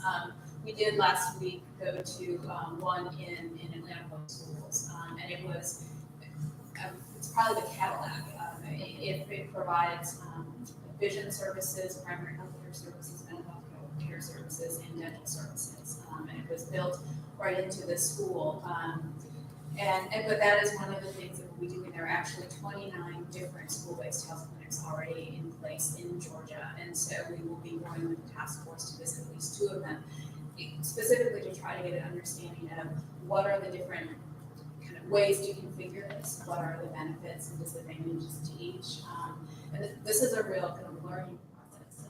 But we were in this meeting last week with folks from another school district and farther south of here, and one of the things that I think we came away with is, my goodness, we have so many resources in this community that we can tap into, so that we can bring in a way that a lot of other communities don't, because they simply don't have resources. We can bring in so much and put them at ready access to our kids. But yes, that's part of all of this, is really sorting through what is the best configuration for our community. Thank you. I want to make sure we are cognizant of our time and respectful. I think we've got some folks who have some hours to catch up on sleep today at some point. It is 11:40 now, about 30 minutes past we plan to go. Dr. Williams, any other bits of information or pushing into? Okay. Well, and I know this is a heck of a start to conversation, but this is the beginning of a long conversation and many conversations as today was readily apparent today. We have when the administration and when does a fantastic job, it helps us tease us up to do a good job on our work. And I think the report that's been done and how it's been laid out in terms of chunking projects tease us up in a good way to do our job as a board and overseeing the management of the school district. I think that we can continue to be faithful in doing our job and faithful in asking the questions and faithful in doing what we've been elected to do. I think our kids will be better off. Let's keep this conversation going. I'm sure if I can speak for Dr. Means, he welcomes additional questions about what's been planned, questions from the community, questions from the board members, and again, this is the beginning of the conversation for all these suggestions. It's a fantastic start. Thank you very much. Sir. Yes. Lynn, I have a final slide in that presentation. We would just collectively conclude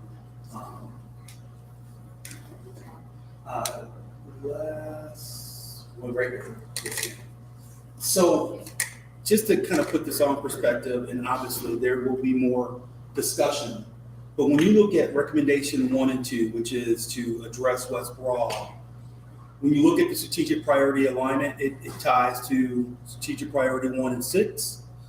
And when you look at the current status, we are using that facility for something that is not associated with early childhood education. We have an absence of a school-based health clinic.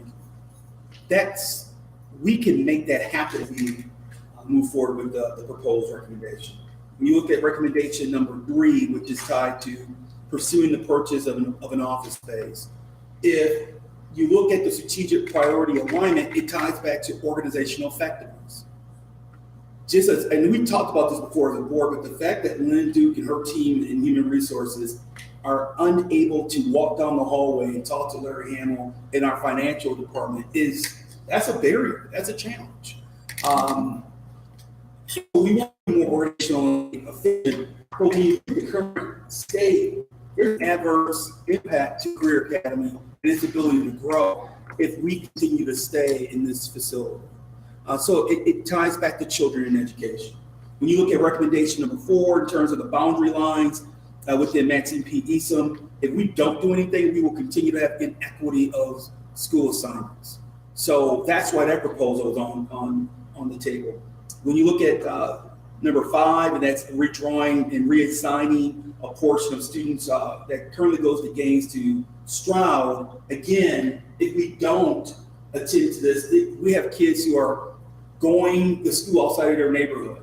And the school system has made a commitment of trying to get kids to go to school in their neighborhoods as much as possible. When you look at 6 and 7, recommendation 6 and 7, it's about delaying the construction of Clark Middle, but constructing School C. And that ties to strategic priority 1 and 2. If we don't do anything, we'll continue to have overcrowded schools on the west side of town. We'll continue to use temporary buildings, and we know that is a security issue. And then finally, with recommendation number 8, that's around the old Gaines facility. It ties back to strategic priority 1 and 6. If we don't do something with that site, we will continue to have a lack of early childhood education opportunities for children and a comprehensive community schools model on the east side of the county. So when you think about it from a T-chart standpoint, I initially, when I didn't sleep last night, I thought, okay, how do we provide a T-chart? But I think it's actually a 3-column T-chart, because as a board, your focus is always the strategic plan. And are we executing the strategic plan appropriately? And it's for me at least, this brings it all into perspective.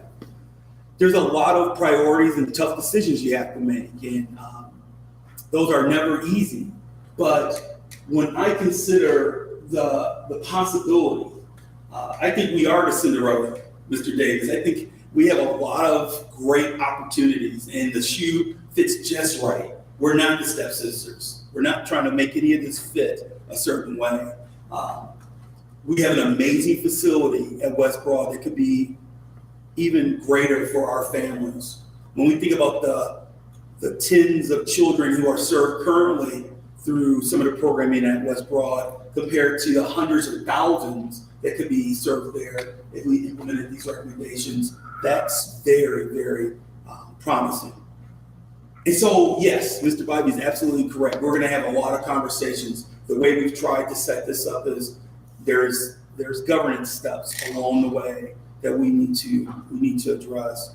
Last year was about addressing our educational infrastructure, and I think we've done a good job in it. When you think about community schools, I like this quote from the community schools playbook, where it says, like every good school, community schools must be built on a foundation of powerful teaching that includes challenging academic content and support students' mastery of 21st century skills and competencies. Last year, we focused on that work. If you think back, that's what I continued to bring to you last year, and that was my focus.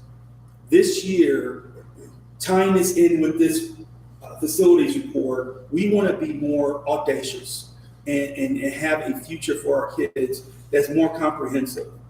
A lot of these recommendations are bold, but as you've heard from our team, necessary for our kids. So I just want to thank the board for your time and looking at this in the community. Again, we received over 40 some odd questions through our engagement tool, and we're finishing up those responses now. But we're confident about every recommendation, and we think they will be best for kids, and we welcome more dialogue. And where will those responses be posted? We'll post them on the website. Once they're all completed. I would suspect they'll be posted on Monday. Great, thank you. Yes, Just so we're all on the same page, page 15 has the proposed timeline. Yes. And so I expect a recommendation on an architectural firm in December. I expect we will receive in February design for the new district office, district and board office. We're using interchange, right? In February, and approve the purchase of a district office. In February, March, a build-out proposal.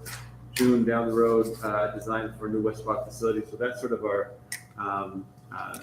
the timeline that I expect we will be receiving recommendations to consider as a board. Sounds right now. Ms. Vodka, did we post the slideshow? We did. It's on board. On board docs. No, we don't have this slide on here. I will put that. Can you make, I would like a copy of that slide. It's not, As soon as I get it, I will repost the PowerPoint with this slide. I just have to take. One copy of this I slide, want a copy of that slide. please. just this one slide, That one slide. we will, But I can't find that in the book, and I think it should be in. a hard copy. Is the presentation in the binders? The presentation is not the Correct. PowerPoint from last night, but it is on board docs. So that slide is part of the entire presentation. We can print the entire presentation for you this week. How many pages? It's 20 pages total. Okay, I didn't realize the whole thing was in, I would like that hard copy to put in here as well. Of the presentation, I can print that and have it for you today. I mean, if you want me to. That would be wonderful. Thank you. And thank you to all the staff for the incredible work and hours that you put into to make this possible. If there is nothing else, Mr. President, here. yes. I'm just trying to, so I know we have an agenda already for next Thursday. So I'm just, I've got more questions than I had originally. And so I'm just seeing, are we going to be meeting in the interim, or what do you envision in terms of how much time would we have before we take a vote in December? And again, the December vote will be around selecting an architectural firm, and I assume that recommendation is gonna come with a scope of work for that architectural firm. So we'll be able to consider that in December. I imagine in the interim, all the questions that you want, by email and in person it'll be nice to keep the board all appraised of the questions and answers going back and forth, so maybe we can figure it out. You just get a long little email chain going, if that's the best way. But if you want to gather questions from any board member, submit them to Dr. Means, and if you can work on, a question and answer back and forth with board members, that'd be fantastic. Okay, here's my question. In that vote that's being proposed for December, the architectural firm, we are hiring them to do two different pieces of work. There's going to be a scope of work along with that recommendation for hiring. Well, if you look under the is that scope of work something that we have ready, or something that could be distributed to the board sooner rather than later? The concept of presenting an architectural firm for all intents and purposes being on retainer is just that instead of going to an architectural firm for each project, it would be keeping a firm on retainer, and that firm would address any project needs we have or would proceed to have moving forward. Right now, the way that we engage is that we work with an architectural firm from a project to project model. And being able to work with an architectural firm on a retainer model would be a more preferred status. Okay. So that's the vote that will be before the board in December. Okay, what my question is that if you look at the timeline, and I thought we clarified this yesterday, is that in terms of serious construction, we've got the new design for the new board office, and we have the design for the new West Broad facility, and both of those, where it says estimated cost, it says see above, which is the $5,575,000. What I'm wondering is that, if it seems like to me that we're paying them to do both those pieces.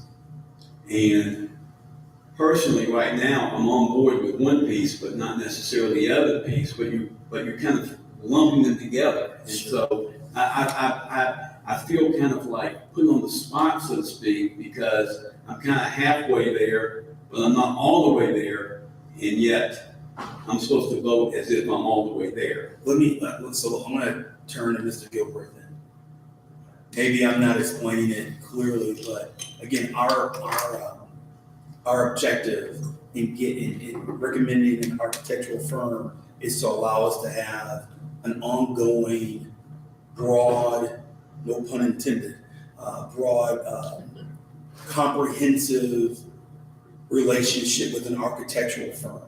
And the current state that we work under right now is one in which we engage an architectural firm for a project. It's project-based. It's very similar to how we engage with our legal counsel. When we have legal counsel, we call legal counsel for a number of different reasons, be it from a personnel issue to policy to governance. It would be the same. They do bill us for their services.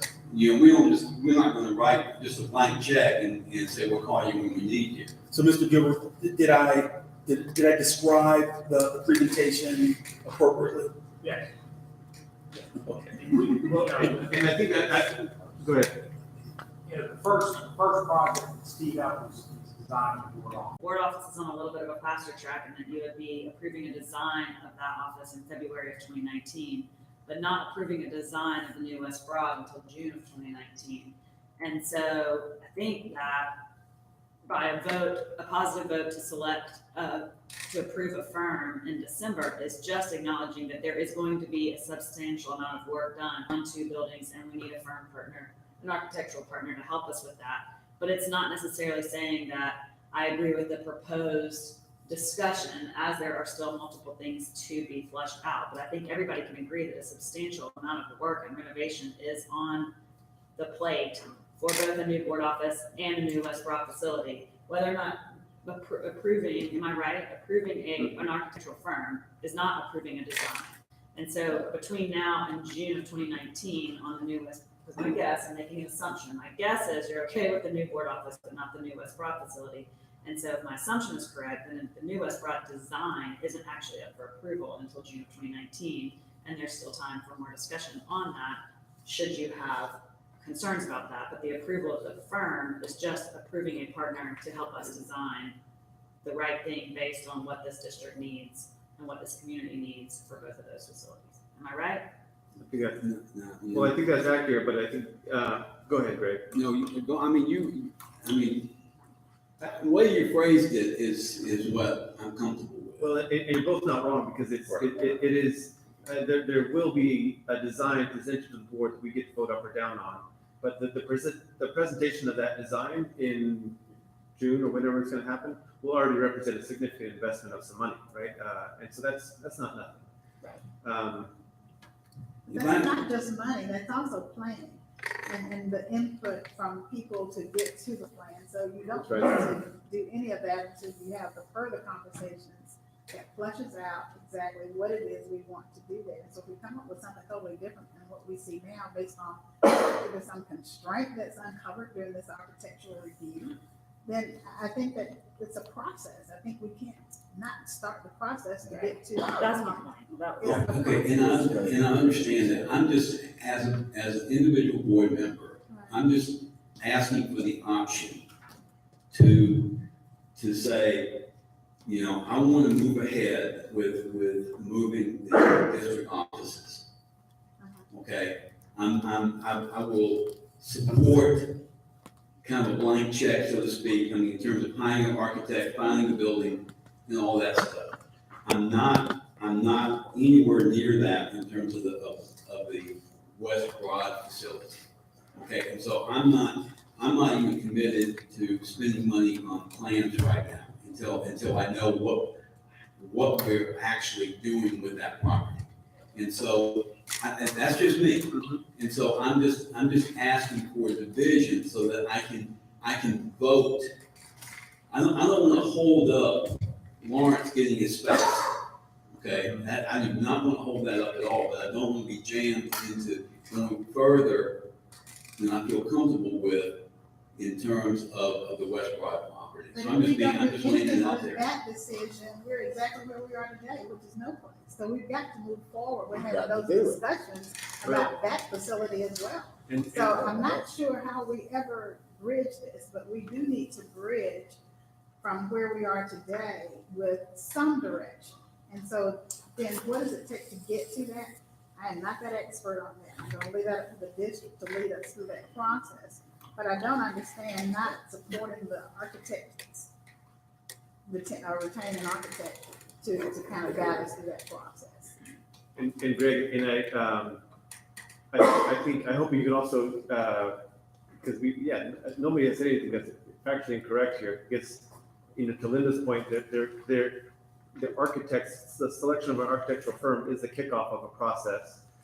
And I hope you hear also that there is space in that process for figuring out who's gonna be around the table, what's gonna look like, how long it's gonna engage. And so there's,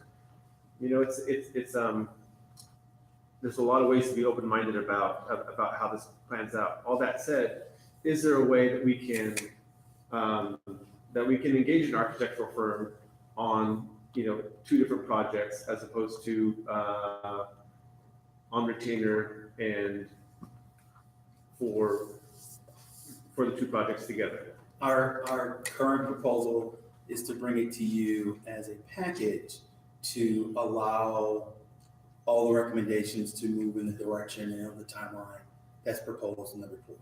Okay. And I think Ms. Davis addressed it appropriately from a planning and a governance and leadership perspective, at some point, we need to make some decisions and move forward. When you consider what's been, that's why we've spent the hours here today. And so candidly, if board members want to vote against it, that's what they should do. Yes. Is there an RFP out there for this architectural people to? Yes. Yes. So if we read that, that might give clarity, and that, I'm assuming that's still posted. Yes. If we could circulate that, that'd be. So I would go on the FYI, is that website and appropriate? pull that out and take a look at that. And I also wanted to ask one more thing about, if I might, Mhm. Mr. President, the submission of projects for the SPLOS and Athens Clark County SPLOS. Is that something we voted on, or is that going to be on our agenda for next week? There's nothing under school district policy governing the submission of a SPLOS application from the district needing to be approved by the board. So no, you're not voting on it. Well, that's representing the board, but if that's the pleasure of the board, so be it. But that's an interesting concept to request from another body of government to do things on our property. So I just thought. And we will have, what we will have right soon is time to talk about these properties in other aspects, according to our policy. We have, action to approve contracts regarding the demolishing and the planning of Gaines School Road. So there are ways we can engage with that conversation. Mr. President, the question posed to you by Ms. Williams, which I believe is for administration. Candidly, that is an administrative function. And from a board governance perspective in regards to policy, there's nothing governing from a policy perspective. There's a policy that states that we have to get approval from the board for a competitive grant. Submitting an application for the county government to consider allocating, or it's not even considering, the application is for the county government to consider placing our project on their agenda to be voted on by the public. That's not receiving anything. And Mr. Bybee, you're absolutely correct. If the county government says, yes, we'll place this on the agenda, and if the public says, yes, we approve all of these projects, then the concept of the board is approving an expenditure of $80,000 or more comes into play. But the type of question that was posed is, the question, I guess I answered the question, it's a no. Right. And this is where we get the nitty gritty on that sort of above line, below line conversation. We hired a superintendent to do his job, and that doesn't mean we defer to him on all things. We vote on the recommendations that he in his professional capacity deems are appropriate. And if we disagree with those recommendations, then that is played out in the voting process, and then later on in other processes that we have. And I think this is where that plays out. I think it's also fair to state that in the COC meetings, these things are discussed, and so we have the opportunity to sit in on those meetings. So the COC makes that recommendation? I'm not saying they make that recommendation, but I hear these things, that's what the minutes show me, that they're having discussions about these things. Are these in the minutes? But the COC is focused on the educational SPLOS and not the county SPLOS. And the county, I believe, has their own COC and process for that. I just thought this was a little bit unusual, because if the county had requested us to fund something on our SPLOS thing, that the commissioners would be aware of that. And explaining that to the public as well. And I'm not disagreeing with you. I think that the way that we would handle that concern, if this is a concern shared among the board, then the way we should handle that concern or is through our policy, right? It's to say, like, this is something where we would like to have a voice, or we think we should have a voice, and so let's take it through the policy process and say, this is a policy that we would like not just this superintendent, but any superintendent to involve us in in this process. Yes. Along this, I think we're kind of concerned about the same thing, just kind of a different issue, but I mean, when we do an RFP, is the board involved at all in terms of saying this is what we want to do? Or is it just something that, that the administration says, this is what we would like to do, so we're gonna go ahead and put on an RFP and spend staff time writing it up and taking bids and that type of thing? Let me, so the brief answer is we hire professionals to do their professional job. And then we review him on their ability to do that job and how well they execute that job. The particulars of that, we can, let's end this meeting and have those offline conversations, so that we're all exactly on the same page about who does what job and why. Because I think it's important. I think it's important that we sort of wrap our heads around these things. I don't think it's in the scope of this particular meeting, and I want to be sensitive to the time that we've all dedicated and gone over. But I would very much like to have those conversations. My point again, just to offer some clarity, is these are our facilities and they're our responsibility to maintain and upkeep. And so to ask somebody else to do that for us, when it's not a cooperative effort that they won't have any cooperation with in future maintenance and all, it's just a little bit different. I just thought that would be a subject that the board would like to be aware of. We're thinking about it, for sure, absolutely. Asking another government entity to spend taxpayer dollars on something not property, so. Thank you. Just Thank you for your time. I think that the concept that we talked about towards the end here is really centered around policy, roles, and governance. And if there is an interest among the board to address governance roles deeper in policy, then I welcome that conversation. Great. But thank you for your time. Excellent. Thank you so much. I'm sure you started with the motion, but this famous move to adjourn. I second, and we'll vote on it just in case. Thank you.